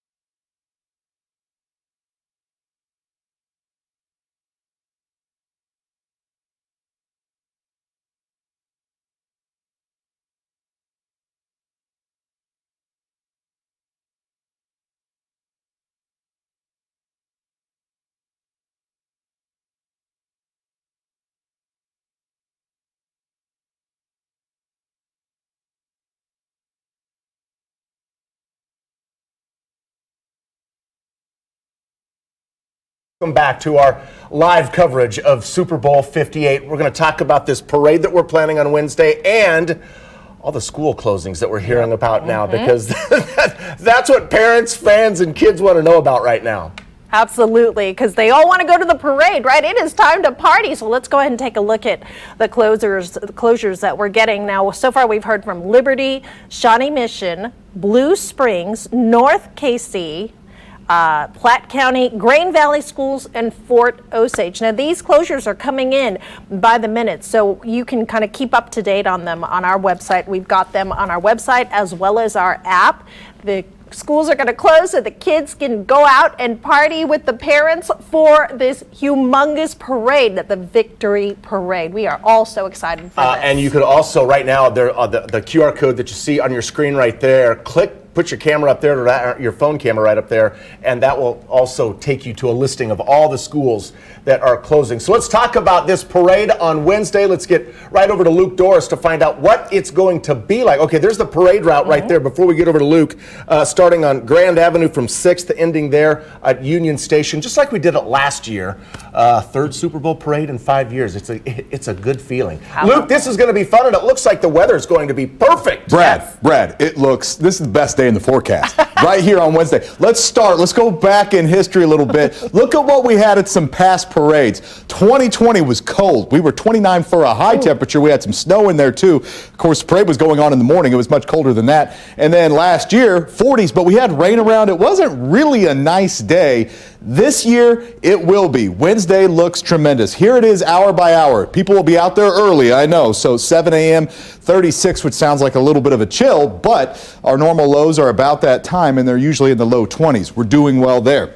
Temperature's going to warm quickly too. We'll be in the 40s, upper 40s at that by 11, and then we crack into the 50s before lunchtime. We're at 54 by 1 o'clock in the afternoon. Here's what happens. We have chilled air on top of us today. Today was the coldest day that we've had in about 2 weeks. That's on the move out. We switch gears into south winds, which pump up the temperatures starting tomorrow at 50, but it doesn't stop there. 56 on Tuesday, and then we go to the warmest day in my 7-day forecast at 57 degrees. Some of us will probably be in the 60s. There is a storm system up here to the north. You can see some snow with that, but this is a slow mover. We don't have to worry about that at all for our Wednesday. In fact, we're going to have a lot of sun. What you see there, that's just high, thin clouds. The sun will pop right through that. High temperatures here as the parade's wrapping up and we're in the afternoon. Check that out. I mean, for February, the middle of February, you see something near 60 degrees. You're doing great. Even the wind. Look at the wind out of the southeast at 5 to 10 miles per hour. It's a beautiful day. We couldn't have done much better than that.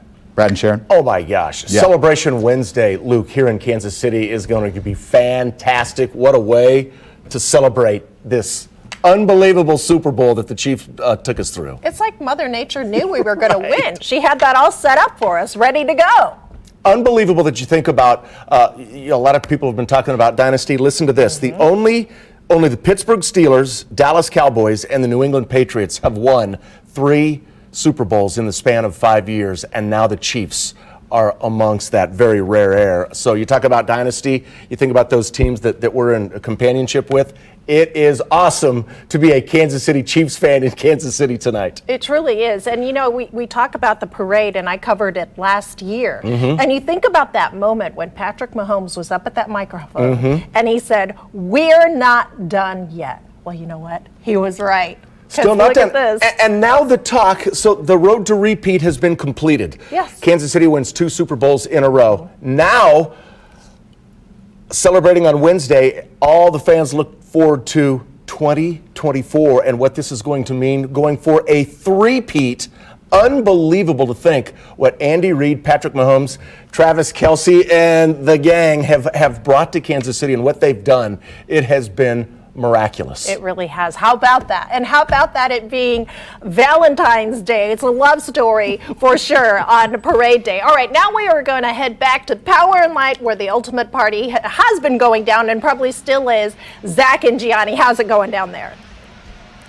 Oh, Sharon, it is almost midnight, and this party is not letting up. People do not want to go home. I know Betsy was outside talking to people, celebrating, going around.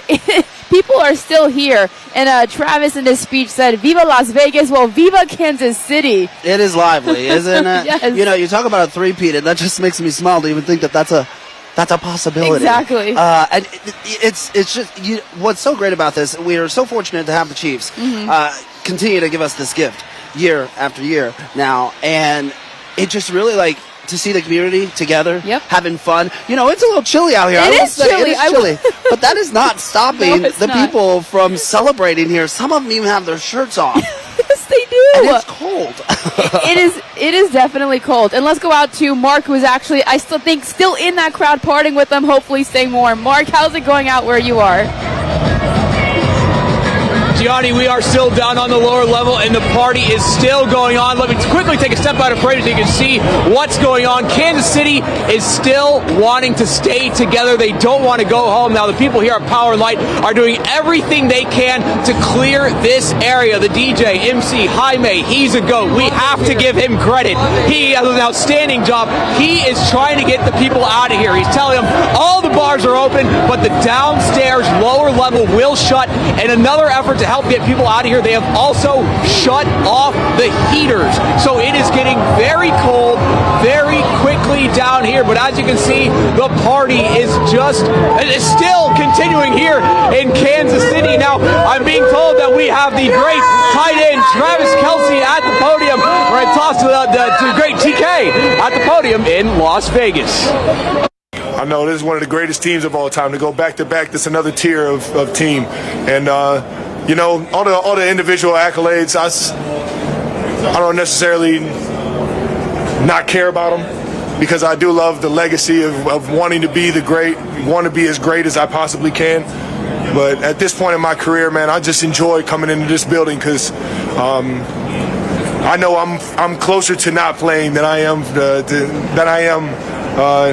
going to keep playing, I guess, if you understand what I'm saying. And I just cherish every single moment that I come in with these guys and want to fight for them every single time I go out there on the field. Now, Travis Kelce is certainly a guy that we want to see show up at work next year. Now, unfortunately, it looks like a lot of these people here, I really doubt if they're going to be able to show up to work tomorrow. I mean, this party has been going on all night. I would say the level of sobriety here is not the greatest. I know these people are definitely going to be hurting tomorrow, so I don't think there will be a lot of work done in Kansas City. For now, reporting live downstairs in the thick of things at Power and Light, Mark Paulos, KCTV5.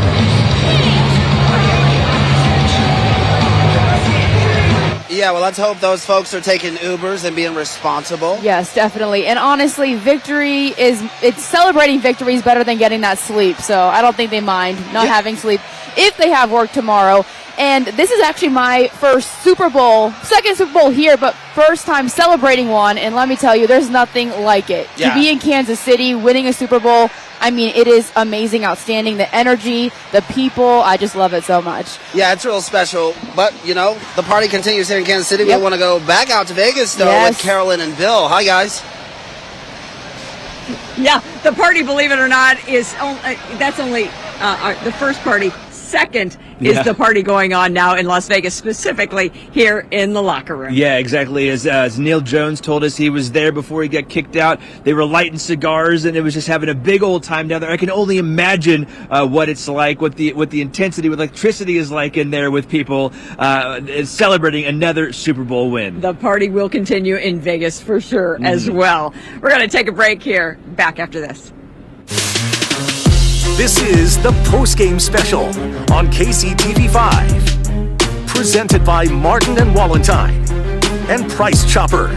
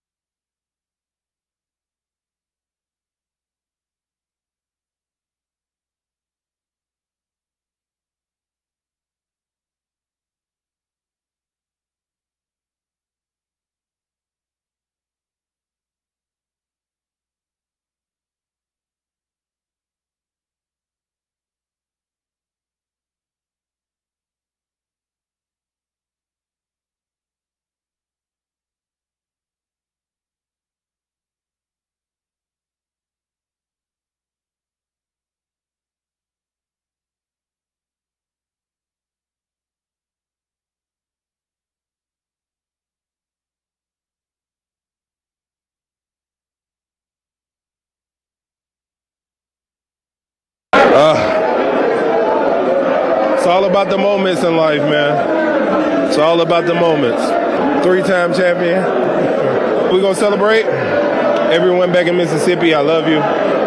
Everyone back in Kansas City, I love you. I hope my journey after this keeps me with KC. I always talk about the expression that I wanted to be a lifer, and that hasn't changed. Y'all know money don't motivate me. It's always been about greatness. God is good.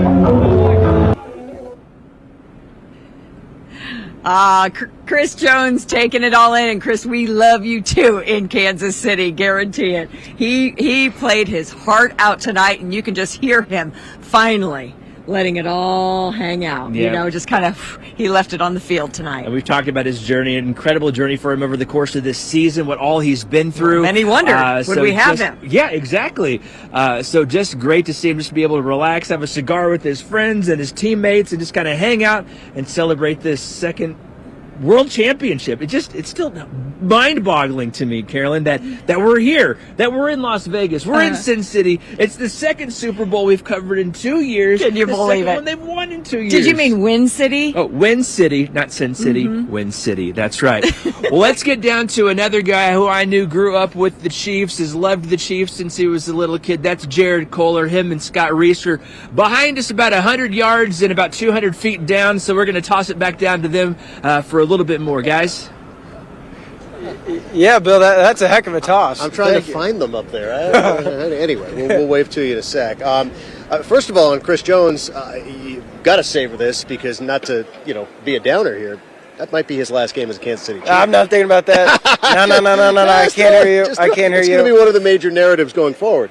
But if it is his last game, one of his last plays not a bad way was to forcing that stop at the end that held him to a field goal, which who knows how much it would have mattered, but that was a big play regardless. That's the thing about Chris Jones' legacy. Everybody looks at the sacks, but the pressure he creates makes such a big difference. And I actually thought the front seven did a fine job today overall. They didn't get home as much as they want, but I thought George Karlaftis was after the pass rush a lot. I thought Felix Anudike-Uzomah made the first play he's made of his career. That was solid. And when I think of also blitzing, we'd be remiss if we didn't mention Trent McDuffie, who batted a ball and played great coverage as well. He was phenomenal. Absolutely phenomenal. Trent McDuffie is unbelievable. All right, we'll talk more in a moment, but talk about big plays. How about the biggest play of the night? How about the biggest play of the season? The game-winning touchdown. Mecole Hardman making a play. Let's hear how it sounds, courtesy of our friend Mitch Holtis. McKinnon is in at running back. First down and goal to go. Play action fake. Right side throw. Touchdown! Kansas City! Mecole Hardman with the catch on the right side. A 3-yard touchdown pass in overtime. Kansas City wins the game. 25-22. And the Chiefs Kingdom has started its own history class. Because for the first time in 6,944 days, there is a back-to-back Super Bowl champion, and it is the Kansas City Chiefs, champions of Super Bowl 58 on the heels of Super Bowl 57. The Chiefs do it in overtime. Wow, Mitch actually did the math on that. Number of days since the last repeat champions. It was 19 years, by the way, in case you prefer that math. But look, Mitch has been doing this since 1994. He has seen some good times. He has seen some not so good times.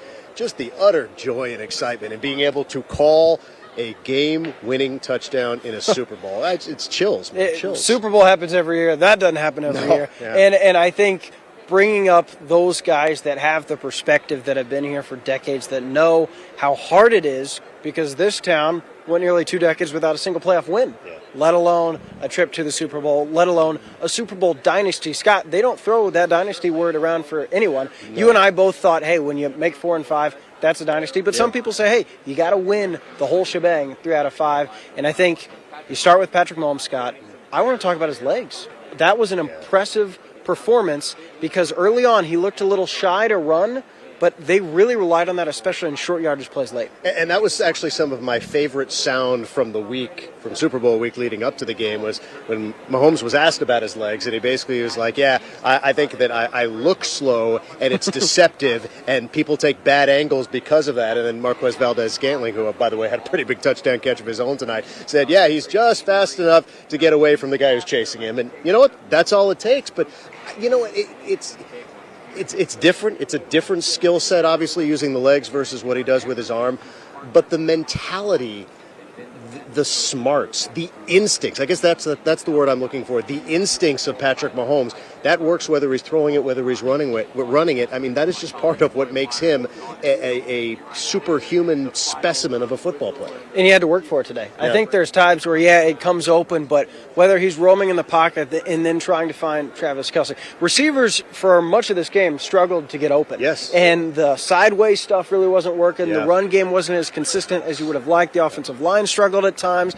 Patrick Mahomes he threw an interception, which is something he hadn't done in the postseason in a while, so it wasn't a perfect game, but their ability to overcome that adversity, fix the problems, and I think arguably what made it stressful was they didn't cash in on touchdowns. They were in the red zone a number of times, had that Pacheco fumble, of course, then settled for field goals, but they kept pounding the rock, staying in the game, and at the end of the day, that's all you need to do. They didn't make enough mistakes to lose. All right, I want to hear more about what went on in that locker room after the game. Neil Jones, the biggest party in Las Vegas. That's saying something, right? That's a statement.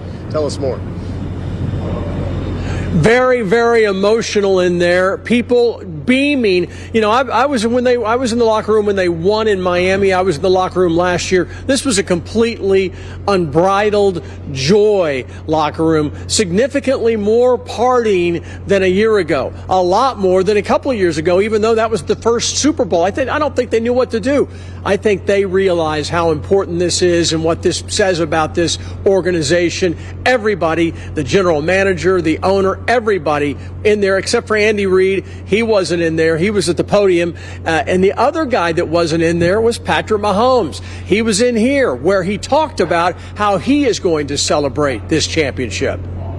I mean, I'm going to celebrate tonight. I'm going to celebrate at the parade, and then I'm going to do whatever I can to be back in this game next year and trying to go for that three-peat. So it's an ongoing thing in the NFL. I think Tom said it best, is once you win that championship and you have those parades and you get those rings, you're not the champ anymore. You have to come back with that same mentality, and I learned from guys like that have been the greatest of all time at the top of the level. So that's my mindset, is I'm going to celebrate with my guys because of how we done this, but then we're going to work our way to get back to this game next year. Guys, let's run some of the locker room celebration. I did my best to shoot this without showing anybody who was undressed because it wasn't that kind of locker room. Everybody was wearing championship t-shirts. Everybody, I swear, everybody was smoking cigars and dancing. And in the middle of it was the big Lombardi trophy. And everybody would say, gosh, look how the Patriots treated the Lombardi trophy. Look how the Buccaneers treated the Lombardi trophy. They didn't treat it with respect. Well, this thing didn't get fumbled, but it was right in the middle of the celebration. Really something to see. And I think it says a lot about this football team, how close they are as a group. They wanted to celebrate together. They were trying to get guys to go out and do interviews, and they weren't interested. I think that Travis Kelce said it best. This group doesn't follow. They're not all into whether or not they have the accolades and if they break the records. And Travis said, when someday I'll look back and I'll wonder if I was the best tight end of my era. And I'll be looking at the yards. But right now, I want to share this victory with all my teammates. And I think that there is a room full of people who feel that way. There is no split between offense and defense. There is no split between special teams. Everybody, I think, feels like they're a part of this. I think part of that is because their leadership at the very top makes them feel that way. It really, really is a very special night, a night that is unique to this Kansas City Chiefs franchise. And I think we should remind everybody, this is a franchise that was the winningest NFL franchise in the 1990s, but they couldn't do it in the playoffs. And now Kansas City, the people who have stuck with them are people like me who've been around covering this team since 1993. We are getting an opportunity to reap the benefits of their success. Not our success in the media, but we get to go along for the ride. That's all right. We're part of it. We're along for the ride. It's all good. I don't know if Neil realizes how lucky he is, how many people are jealous that he got to be in the locker room tonight. Like, that is so cool to have that celebration. Yeah. Neil, did you, in the moment, could you embrace how special of a time that was to be in there with this team? Look, you guys know I am a cynical person by nature. I do not get teary-eyed over a lot of stuff. But I'm going to say something. This was an emotional moment, and the reason it was emotional is because you had guys like grabbing other teammates. Come on and dance out here. We're in the middle of the floor with us. Come on. Have you ever seen Leo Chenal dance? He's a much better linebacker than dancer, but his teammates, Nick Bolton, grabbed him and drug him out there and said, come on, Leo, let's go. Let's dance. Let's get in the middle of this. It really, really was fun seeing these guys. Of course, when we are around them, they're buttoned down. The Chiefs keep them at a distance from the from the media largely, so we don't see this side of them. To see them enjoying each other and talking about each other and shining the spotlight on each other rather than themselves, it really is special, and I feel very, very fortunate to be here. No question about it.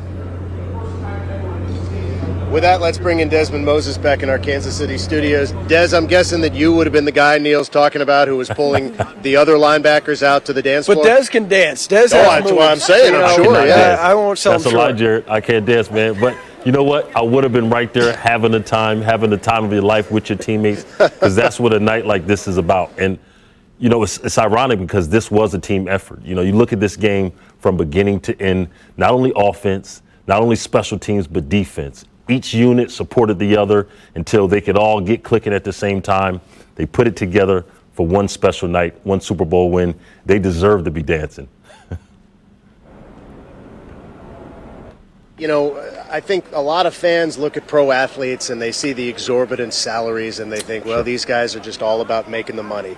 Maybe you can share with everybody at home exactly what it means to every player who puts on the pad and helmets and takes the field in the NFL, how special it is to try and actually achieve and win a Super Bowl. Yeah, no dollar sign, no dollar amount can really, capture that. But like Chris said, it's a feeling, it's an emotion, something that's timeless, something that you'll remember for forever. I was just sitting here sharing memories about my time in the NFL with my teammates. This is a special time for these guys, something that they'll never forget in their entire lives, and they deserve it. I got to tip my hat to the Kansas City offense, defense, and special teams today. Andy Reid, the front office, one heck of a victory, one heck of a team win. This was really special to watch, a dynasty right in front of us. Des, I got a question for you, because Scott can attest. In this game, in fourth quarter, in overtime, no surprise, I was a nervous wreck. Oh, he was a mess. As I pretty much am for every playoff game. I ask, in this case, in these type of games, how do players go out there and not think about the moment, not think about the pressure if they make a mistake that they could lose the Super Bowl, yet they go out there and they perform on the brightest stage? I know I can't.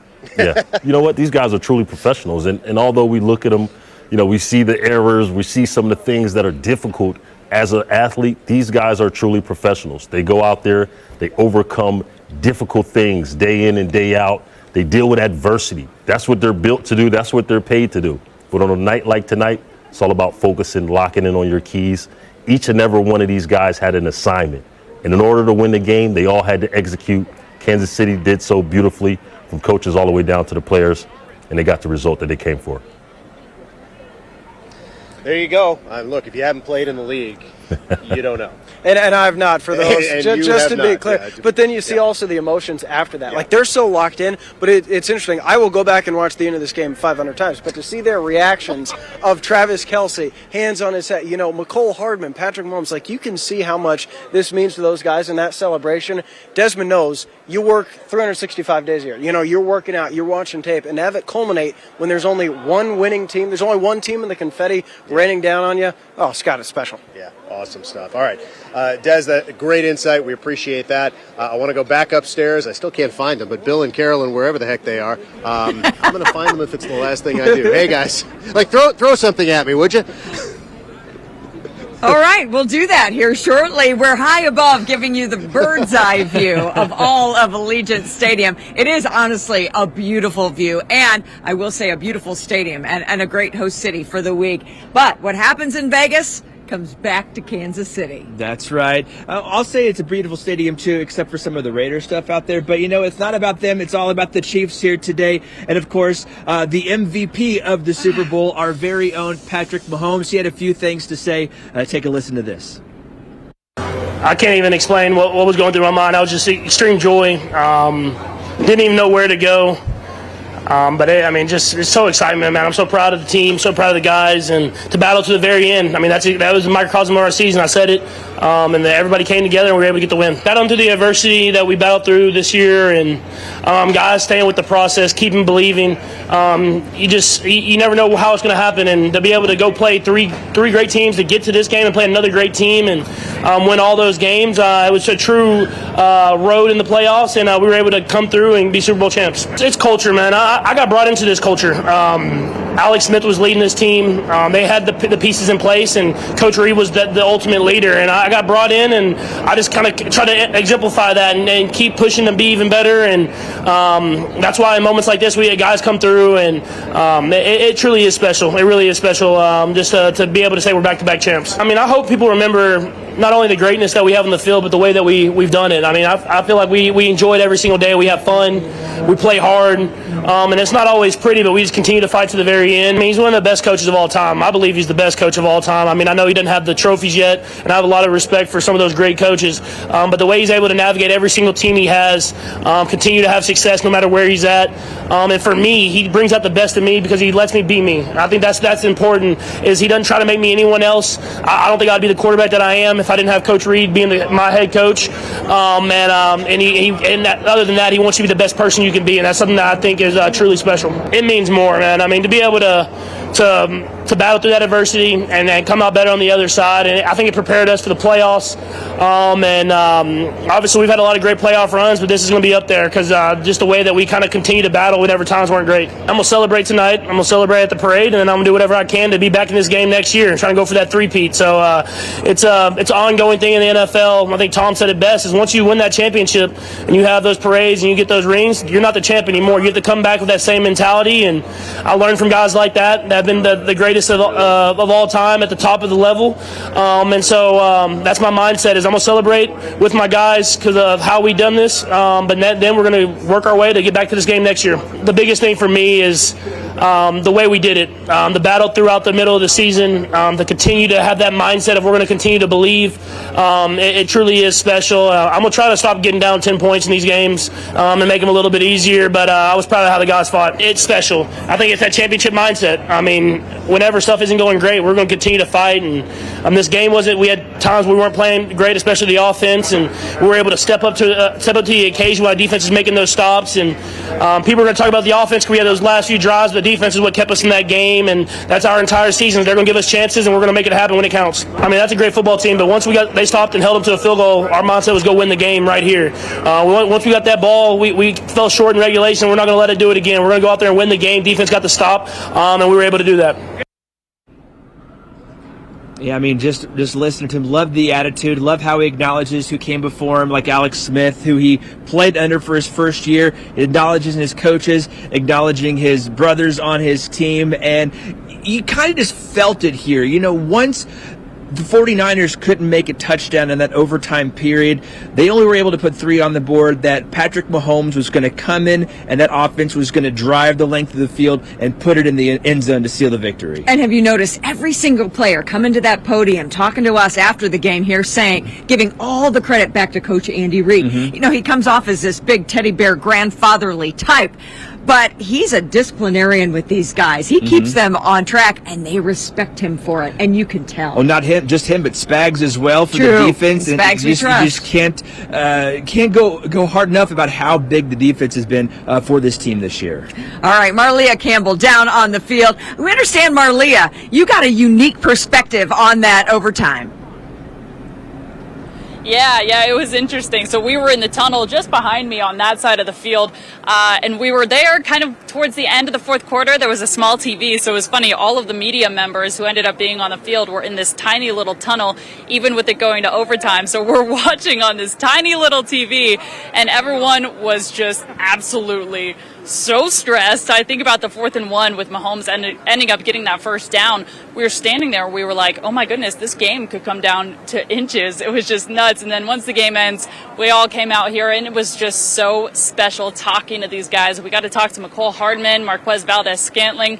And as you guys mentioned, they credit it all to Andy Reid, Steve Spagnuolo, Matt Nagy, this coaching staff that has guided this team through more adversity than we've seen in previous Super Bowl runs for this team. There were more chinks in the armor. There was that stretch through late October into December where Kansas City lost 4 out of their 6 games. It was not easy, and that's what makes it so sweet right now. And there's been a number of guys. We talk about Patrick Mahomes, Travis Kelce, that core group of guys that's been here for a long time. But this team got some help with some first-year guys. Mike Edwards, Charles Omenihu couldn't play tonight with an ACL, but he was a big part of this team getting here. And Drew Tranquill, the linebacker, an outstanding season, his first Super Bowl win as a Kansas City Chief. Well, I'm speechless to be able to share this moment with my son and wife, my parents, brother and sister. Man, it's unbelievable. You dream of winning a world championship, and then the confetti starts falling, and man, I'm speechless. I'm going to enjoy this one for a while. I'm such an unlikely candidate. What's up, buddy? Come here. If you knew my story, you'd know that this is nothing but a testament of God's faithfulness and what he can do through unlikely people. Man, he can do uncommon things with common folks, and to think about what I've been through to get here and enjoy with these guys and these coaches, man, this is special. I have a great appreciation for this organization. We're back-to-back champs, baby! One of my favorite moments of the night was right behind me, right over my shoulder in that kind of pile of confetti.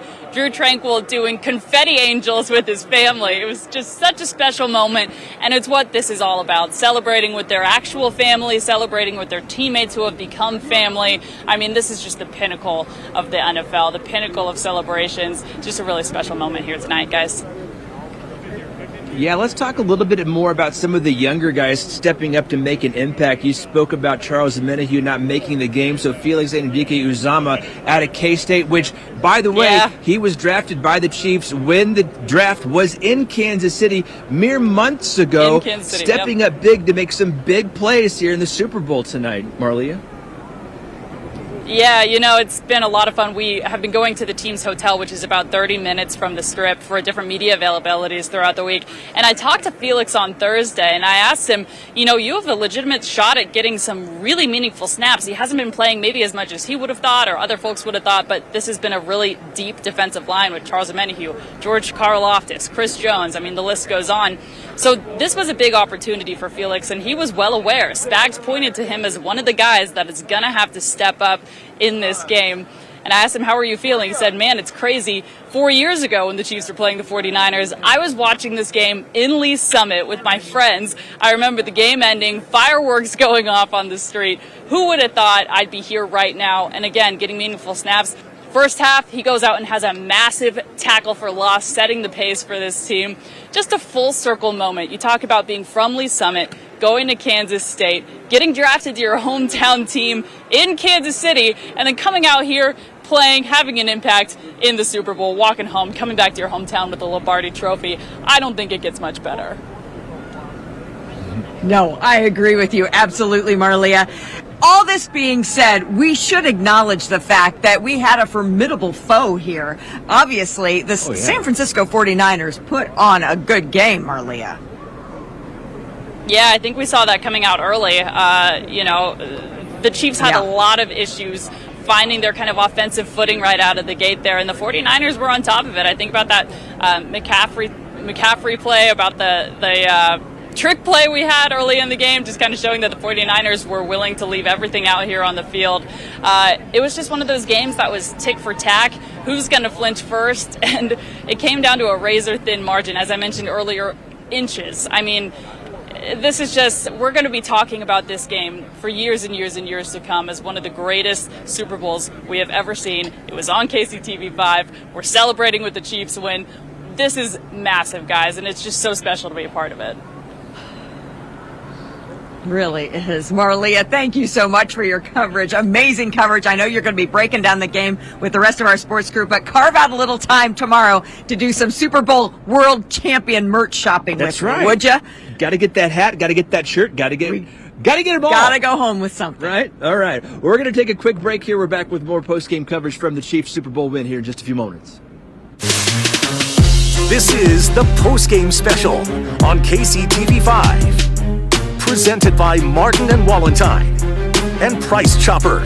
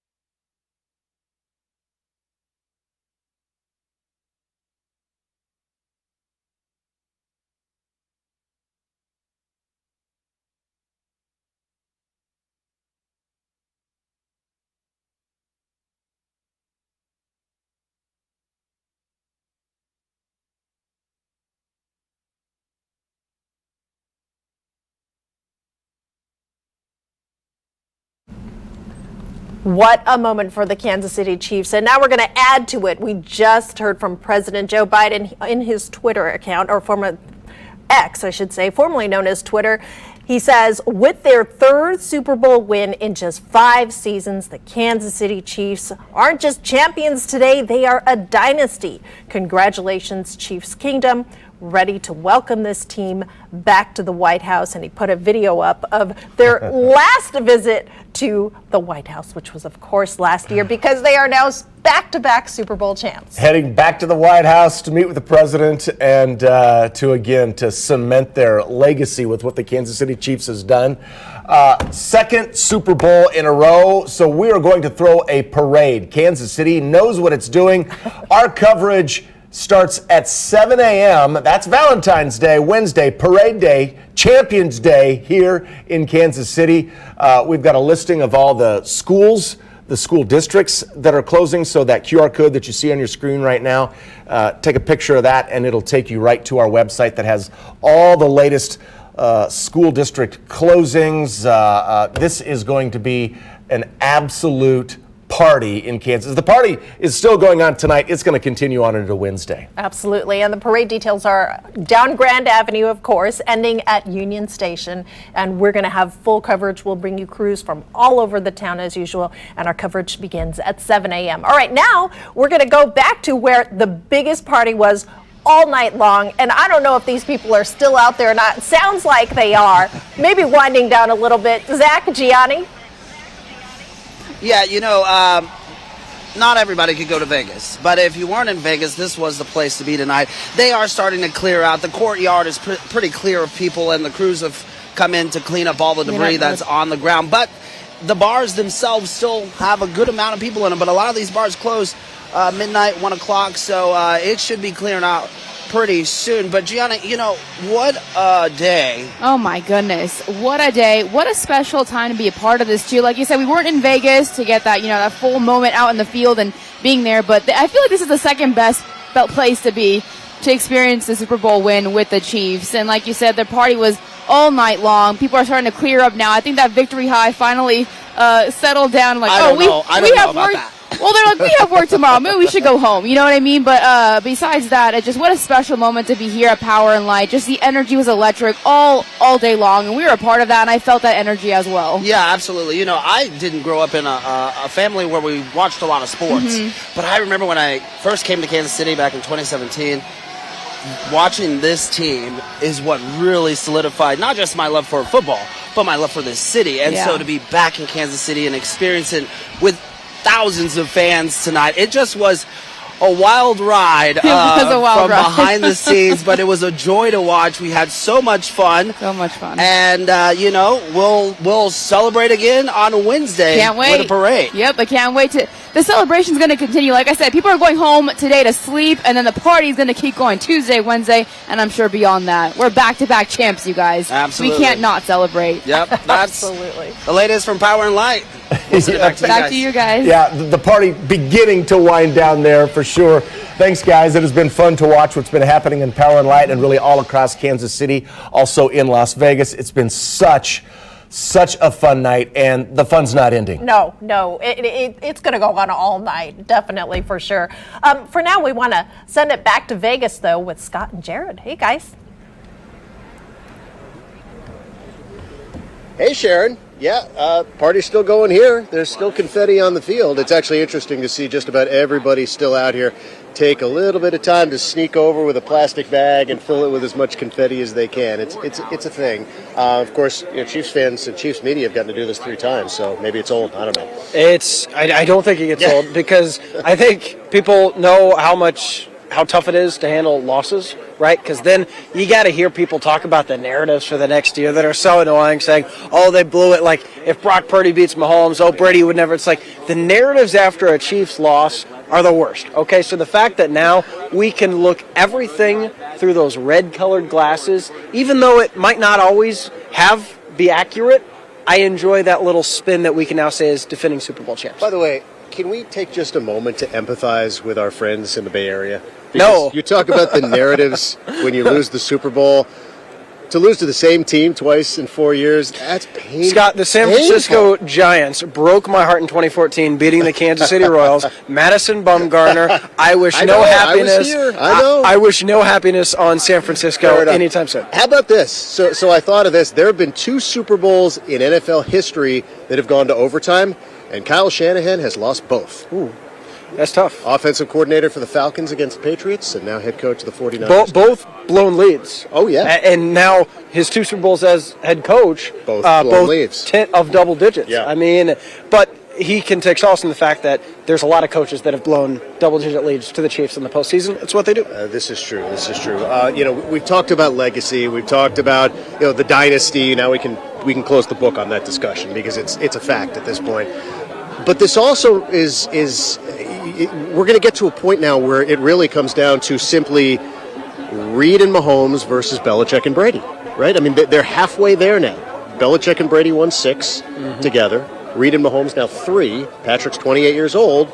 You do the math on this, they're on pace. And on par at Brady's at this point in their career. Yes. And remember, Tom Brady then went a decent amount of his career without winning those next 4 Super Bowls. Right. And so now, if Mahomes can even get a leg up, I mean, that's where listen, we still got a long way to go to 7, and Mahomes will eventually likely have to win a Super Bowl without Travis Kelce or maybe even Andy Reid if he wants to get to 7. Right.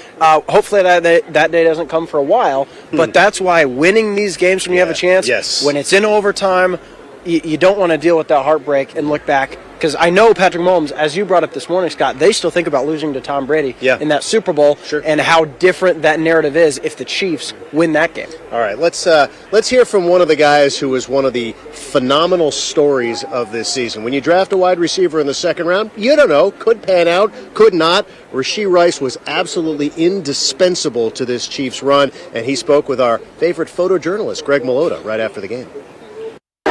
It took, exactly what it took, at the beginning of the season. We kind of been through the ups and downs throughout the season. So for you to compare, the ups and downs in this game to our season, we've already been through everything, every piece of adversity that you've seen. They haven't been through any adversity, so we was ready for the deep water. It's 4 quarters and it's going to be a fight, a heavyweight match. Whoever go down is whoever go down. And we prepare ourselves for that, during training camp. And throughout the week of practice, we don't never have any down days or off days. We're always working. So I think we were very prepared for that moment. We appreciate Kansas City. We appreciate y'all so much, the Kingdom. We love y'all, man. I appreciate y'all for always supporting me. And, obviously I'm not going to speak on next year. We're going to live this moment up. We're going to enjoy this Super Bowl. We'll see y'all soon. Hey, remember when Eagles coach Andy Reid had the reputation for being the really good coach who couldn't win a Super Bowl?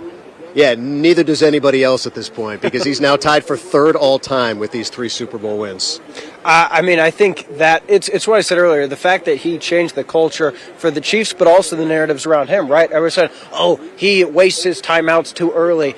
Now, you don't hear that anymore, partly because he has, Patrick Mahomes is his quarterback, but he's truly, especially when you think about the fact that Bill Belichick, without Tom Brady, did not accomplish much. And when you think about now what Andy Reid has won at the highest level, then you factor in the ancillary success with Donovan McNabb and Alex Smith, I think it's a legit conversation. Patrick Mahomes, by the way, has only been an underdog 12 times in his entire 6-year career, including the playoffs, and that speaks volumes in and of itself. He's 9-3.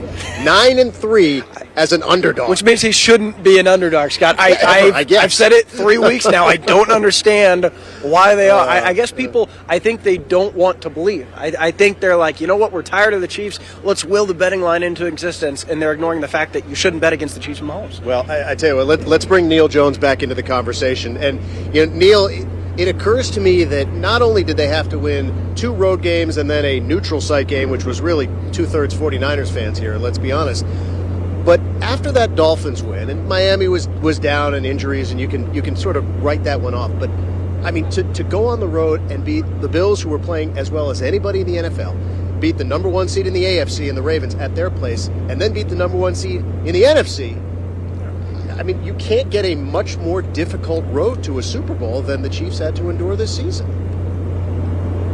And didn't you guys get the feeling that the players appreciated those victories more and were into it more and really kind of relished that role? They were saying that, but more than saying it, they were showing it on the field. One thing that I really took from Travis Kelce's press conference, and it was unbelievable, but he talked about the fact that they beat a really, really good 49er team. This game went to overtime. And there was an inevitability about overtime, except for one thing. The Chiefs scoring, that wasn't a shocker.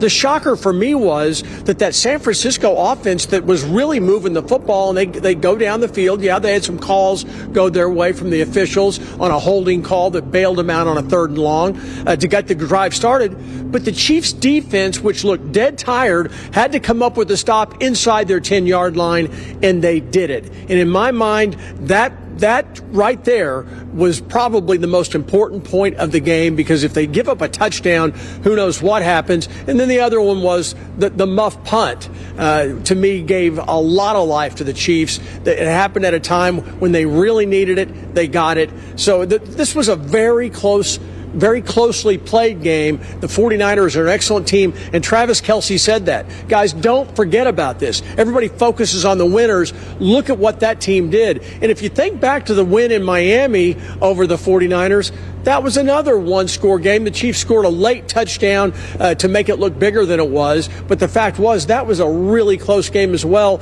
and that's the way it is in the NFL. You win by that much, and that's the difference between second place, which everybody forgets, and number 1, which everybody celebrates for years to come. Look, and this is why when people ask me who you picking in the game, and I said I'm picking Kansas City because this is going to be a close game in the 4th quarter. I didn't see any way around it. And if it's a close game in the 4th quarter in the Super Bowl, and we've got Patrick Mahomes and you don't, I'm betting on Patrick Mahomes. Well, and not just that. Travis Kelce had a good day. Isaiah Pacheco fine. Go ahead, Neil. But guys, look at who the heroes were. MVS, scores a touchdown. He's had a nice little run the last. But listen, 2 weeks ago, nobody ever wanted to see McCall Hardman get the football at any time after he fumbled on the goal line, and yet he's the guy that catches the deep ball, which gives him an opportunity to score. He's the guy that gets open with Mahomes' help of running around a little bit, who finds an open spot and gets the touchdown. His teammates tonight were talking about how sweet it was that McCall, who had been banished, to the Jets, who came back, and then everybody wanted to pull the plug on him, but kept showing up. They were talking about how sweet that was for them, and that says probably a lot about this football team. Well, and let me take you one further, Neil. Obviously, I can't prove this, but my working theory over the last few weeks has been that if Kadarius Toney was truly healthy and there was no drama, and if he worked his tail off in practice and made it clear to the coaches that he wanted to get back, he wanted to be the player they wanted him to be and contribute in the Super Bowl, I think that there's a chance he would have effectively taken McCall Hardman's spot after the Buffalo game. I really believe that. And that's where Scott and I had this discussion a couple weeks ago. Who would you rather have, because the wide receiver depth has been an issue, who would you rather have out there? Kadarius Toney, Sky Moore, McCall Hardman. Right. I said McCall Hardman, and this was after the fumble in Buffalo. Scott was like, I don't want to see him again. But part of that is the pedigree that McCall Hardman has played in big games. Yep. He has the trust of Patrick Mahomes, even though he made that mistake. And for him to come through, we'll remember the game-winning touchdown.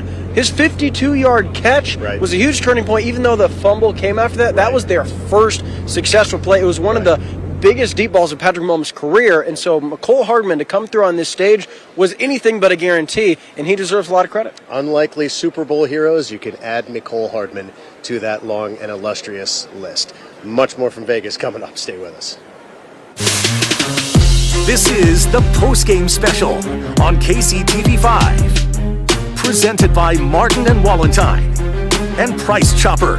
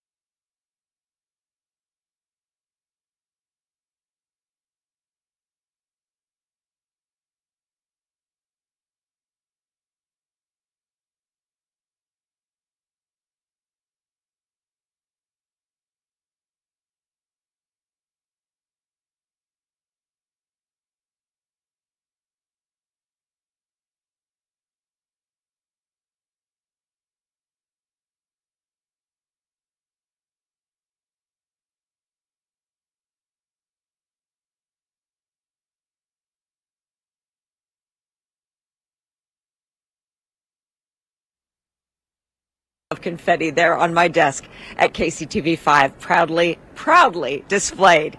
Everyone's going to celebrate this team tonight, no doubt about it, here in Las Vegas, back there at home in Kansas City, but especially this Wednesday, because guess what? KC, we got another parade to plan, and it's already in the works. So make sure you have Wednesday free, because on Valentine's Day, this Wednesday, that is the parade day where you can get your first glimpse of your Super Bowl champions live and in person. 11 a.m. is the start time to that parade. If we know anything from past parades for the Chiefs and for the Royals, for that matter, for the World Series, people line up pretty darn early to get the best seats there roadside. So if it starts at 11, you know you'll need to get up extra early. It'll take a similar route to the one that we celebrated last year, right down Grand. So basically 6th and Grand on down south towards Union Station. Culmination, of course, with the pep rally, and we get to really see the stars of this team in action on the Union Station stage at the very end. It is amazing that we get to do a parade like that ever in our lifetimes, right, in Kansas City. And here we get to do this yet again for a third time in just 5 years. It is truly hard to believe. Like I said, I've been part of this coverage, but I encourage you all at home to do the same thing. You know, take this in. How many other teams and NFL fans are looking on tonight saying, wow, they get to do that again, and we haven't been for so long back to this big stage. So we're gonna soak it in tonight. Of course. I will tell you that Las Vegas has been a great host to their very first Super Bowl of ever, and they've been a great host all week long. It's pretty amazing, and a pretty amazing trip through Allegiant Stadium here. Of course, heart of Raider Nation, but they've been very hospitable to the party for both teams, I will say. We have more live coverage coming to you from Las Vegas, back there at home in Kansas City, coming up here on KCTV5 right after this.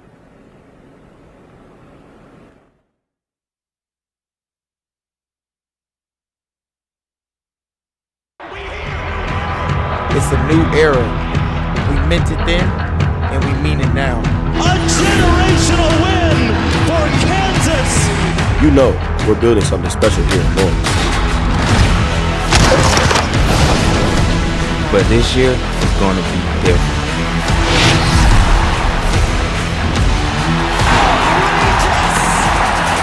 And you already know we're doing it big. Get Spectrum Internet Gig with our fastest speeds available for just $39.99 per month with a 2-year price guarantee. Plus advanced Wi-Fi and 1 unlimited mobile line, both free for a year. And a $100 Visa Rewards card. Deals don't get better than this. And it's easy to switch. Gig Internet for $39.99 a month with a 2-year price guarantee. And a $100 Visa Rewards card. Go to spectrum.com/getgig. A Spectrum store or scan to call. The letter K. It's a big part of what makes Kansas City great. It helps make the Kansas City Zoo roar. It's a home run for the Royals at the K. The Kansas City Chiefs won some big football games with it. You can't say Rock Chalk Jayhawk without it. And according to my son Wyatt, it's a big part of my name as well. Luke is a K. Welcome, Luke with a K. First Warn 5 Chief Meteorologist Luke Doris. Only on KCTV5. Every night on KCTV5 News at 10. Our goal is to help you feel safer and more connected to Kansas City. Helping you keep track of everything the city knows that is not okay. And what it means to you and your family. I just wanted to hold her in my arms and know she's okay. Investigating to look out for you. This is a developing story and warning you first before your weather changes. Your safety is our #1 concern. So every night we can be your local connection to Kansas City. Only on KCTV5 News at 10. Our coverage of Super Bowl 58 continues live here at KCTV5 in Las Vegas and down at Power and Light and all over Chiefs Kingdom.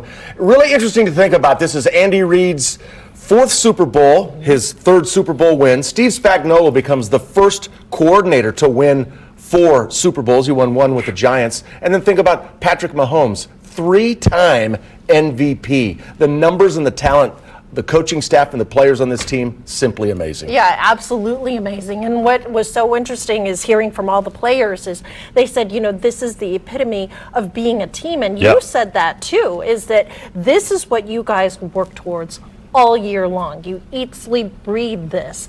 Now, when you win something, this is the ultimate prize. Yeah. How long before you come down from that high? Well, it's going to take a few hours. Even on a normal game, I used to tell people, being in a National Football League, a game, is like being in a 3-hour fight. So even on a normal game, it takes you 3, 4, 5 hours to come down for your body, your emotions, even the fatigue, some of the things that come along with playing in the National Football League.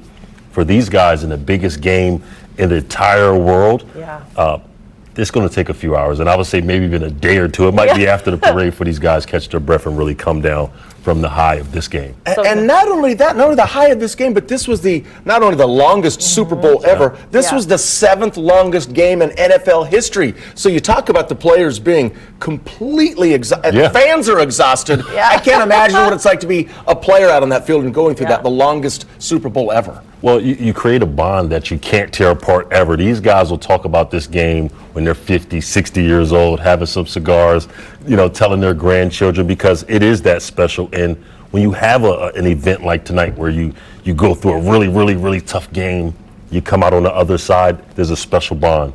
But this is a team. They have that selflessness. You've seen it throughout the year. They talk about their defensive coordinator. They talk about their teammates.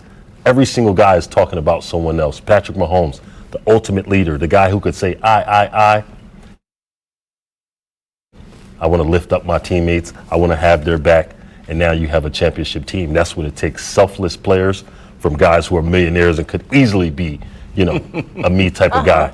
These guys are about the other guys in the room, and that's why they're able to go out there and play for each other. That's awesome. And they're celebrating tonight for sure. I imagine no sleep tonight. Yeah, I mean, if I were them, I'd be turning. They're in Vegas, and they'll let them rip a little bit. Right, there you go. Heck Time to celebrate. Now they can. Repeat Super Bowl champions. They're in Las Vegas. They won it in the home of the Raiders. Come on. Does it get any better than this? Oh, yeah. Desmond Moses. I mean, you talk about how this party is going to continue for the Chiefs. For these guys, after the season that they've had, and then after the game that they had, and now getting ready for a parade, kind of walk us through what this next 48 to 72 hours is going to be like for the Chiefs. I would imagine a little bit of it is going to be a blur. Yeah, it'll be a lot of water, champagne, a water champagne mix, and these guys deserve every single ounce of it. But honestly, it'll be one where they talk about the memories. They'll talk about the tough times throughout this season, the things they had to overcome, which made this season so special, not only from the front office all the way down to the very last guy on this roster. There were some guys who had to step up. This was a true team effort, and you can't say enough about this team because they deserve it. Each and every guy on this roster, each and every guy on the staff. Yeah, one of those guys, Rashee Rice, talks about winning his first Super Bowl as a rookie. Let's listen to this. He was like, come on, we're going to go score. And that was it. I mean, we kind of all felt when he said that, and for them to kick a field goal and us to be able to have the ball in our hands, we just kind of knew we were in control. I'm just happy to be able to contribute with the guys around me. Before certain drives, Travel headbutt me with his helmet, and just that from Trav just kind of gets me going, knowing that he's out there believing in me, and Pat's out there believing in me. As long as I got those two guys behind me, nothing else matters. Last time I won anything like this was Pee Wee football. I was probably 11 years old, and I won the Super Bowl. That was our Super Bowl, so I was a Colt at the time. Let's talk about that. What this means. I mean, you just heard him talk about how this is the coolest thing since he was, an 11-year-old. He's been dreaming about this forever. Yeah, he's got to be pinching himself for sure. It is. I was in the living room as a youngster, 5, 6, 7 years old, running around, jumping off couches, my mom trying to hold me down. But these were the visions that you were having as a young kid. And all of these guys collectively have had them going out there and playing for the ultimate prize, and that's the Super Bowl. Because you cement your legacy if you can go out there and win it. These guys have won 3 and 5 years. What a special thing. But even for a first-time guy, you see it in his eyes. A kid-like smile. That's what this game's about. Oh, it is the ultimate dream for sure. Yeah. That is so cool. All right, well, I think we're going to head back out to Scott and Jared out on the field there, guys. How's it going? Hey, Sharon. Yeah, it's still a lot of people collecting confetti. A lot of folks just don't want to go home because, frankly, this does not come around every day. You watch a team win a Super Bowl. And, Jared, we've talked about some of the intricacies of this game. First quarter, not good. Not good. It was, I believe it was 121 to 36, the total yards in favor of San Francisco. Chiefs did nothing offensively. Niners came out, had more energy, looked faster on both sides of the ball. And the vibe was not good. Favored San Francisco. and again, it goes to show once again how, we talk all the time in sports about flipping a switch.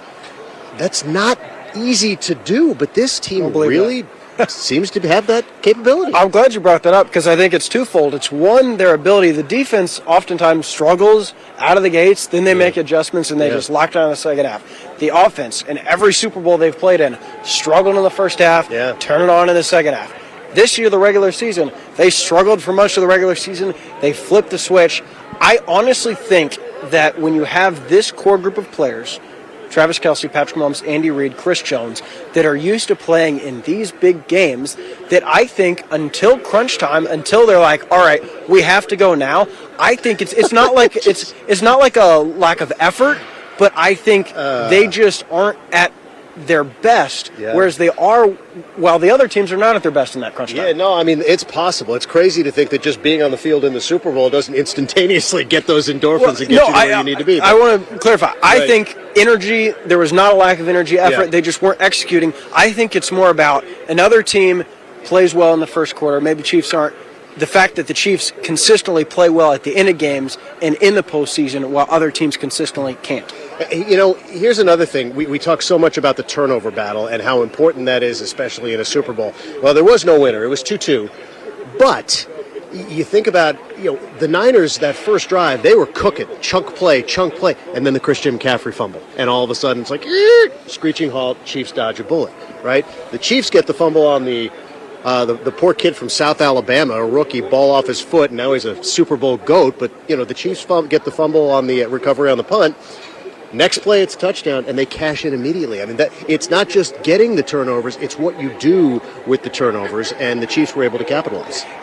I think this year proved more than any past season, in my mind, that it really is that simple. When you win the turnover battle, or at least you don't lose it, it's that simple. I know football's very complex. Desmond will be the first to tell you that. But I think if you look at the tail of the tape, when this team shoots itself in the foot, we saw them lose to anyone. Doesn't matter venue, doesn't matter record. Yeah. But when they can either create a turnover, whether that's luck, you don't give back those lucky bounces, or forcing turnovers, and I think they could have forced even more. But you know what, Scott? At the end of the day, doesn't matter if it's pretty, if it's ugly. No. You take a Super Bowl ring however you can, and what a time to be here in KC. It's been a very different run, obviously, than it was a year ago, but you know what? We wind up in the same place, confetti on a field and celebrating a Super Bowl and talking about a parade. So three in a row? Well, that'll be the narrative now. Three-peat. That's rarefied air. It is rarefied air, and it rhymes. Three-peats. So it's fun to say, and we'll say it an awful lot. And you know what? Before we leave, I have to say, props to our brain trust, right? Curtis Miles, Josh Morgan, whoever came up or decided upon Road to Repeat as our slogan for this season, if the team doesn't make the playoffs, that kind of falls flat on its face. You're going to do Road to Repeat all year, you better repeat. You know what? The rest of the country doubted the Chiefs week in and week out. You know who didn't doubt the Chiefs? KCTV5. That's right. There you go. All right, Carolyn, upstairs, final thoughts. Well, guys, I agree. Three-peat would be nice, absolutely. But you know what? I'm kind of just wanting to take it all in, take it kind of one step at a time. Next step for me is that parade on Wednesday. So I'm excited to see all of you there. It's an 18-week NFL season. It's a journey, and we've seen them kind of stumble along that journey. And frankly, it's not a sprint. It is a marathon. That finish line we knew was going to be here in Las Vegas.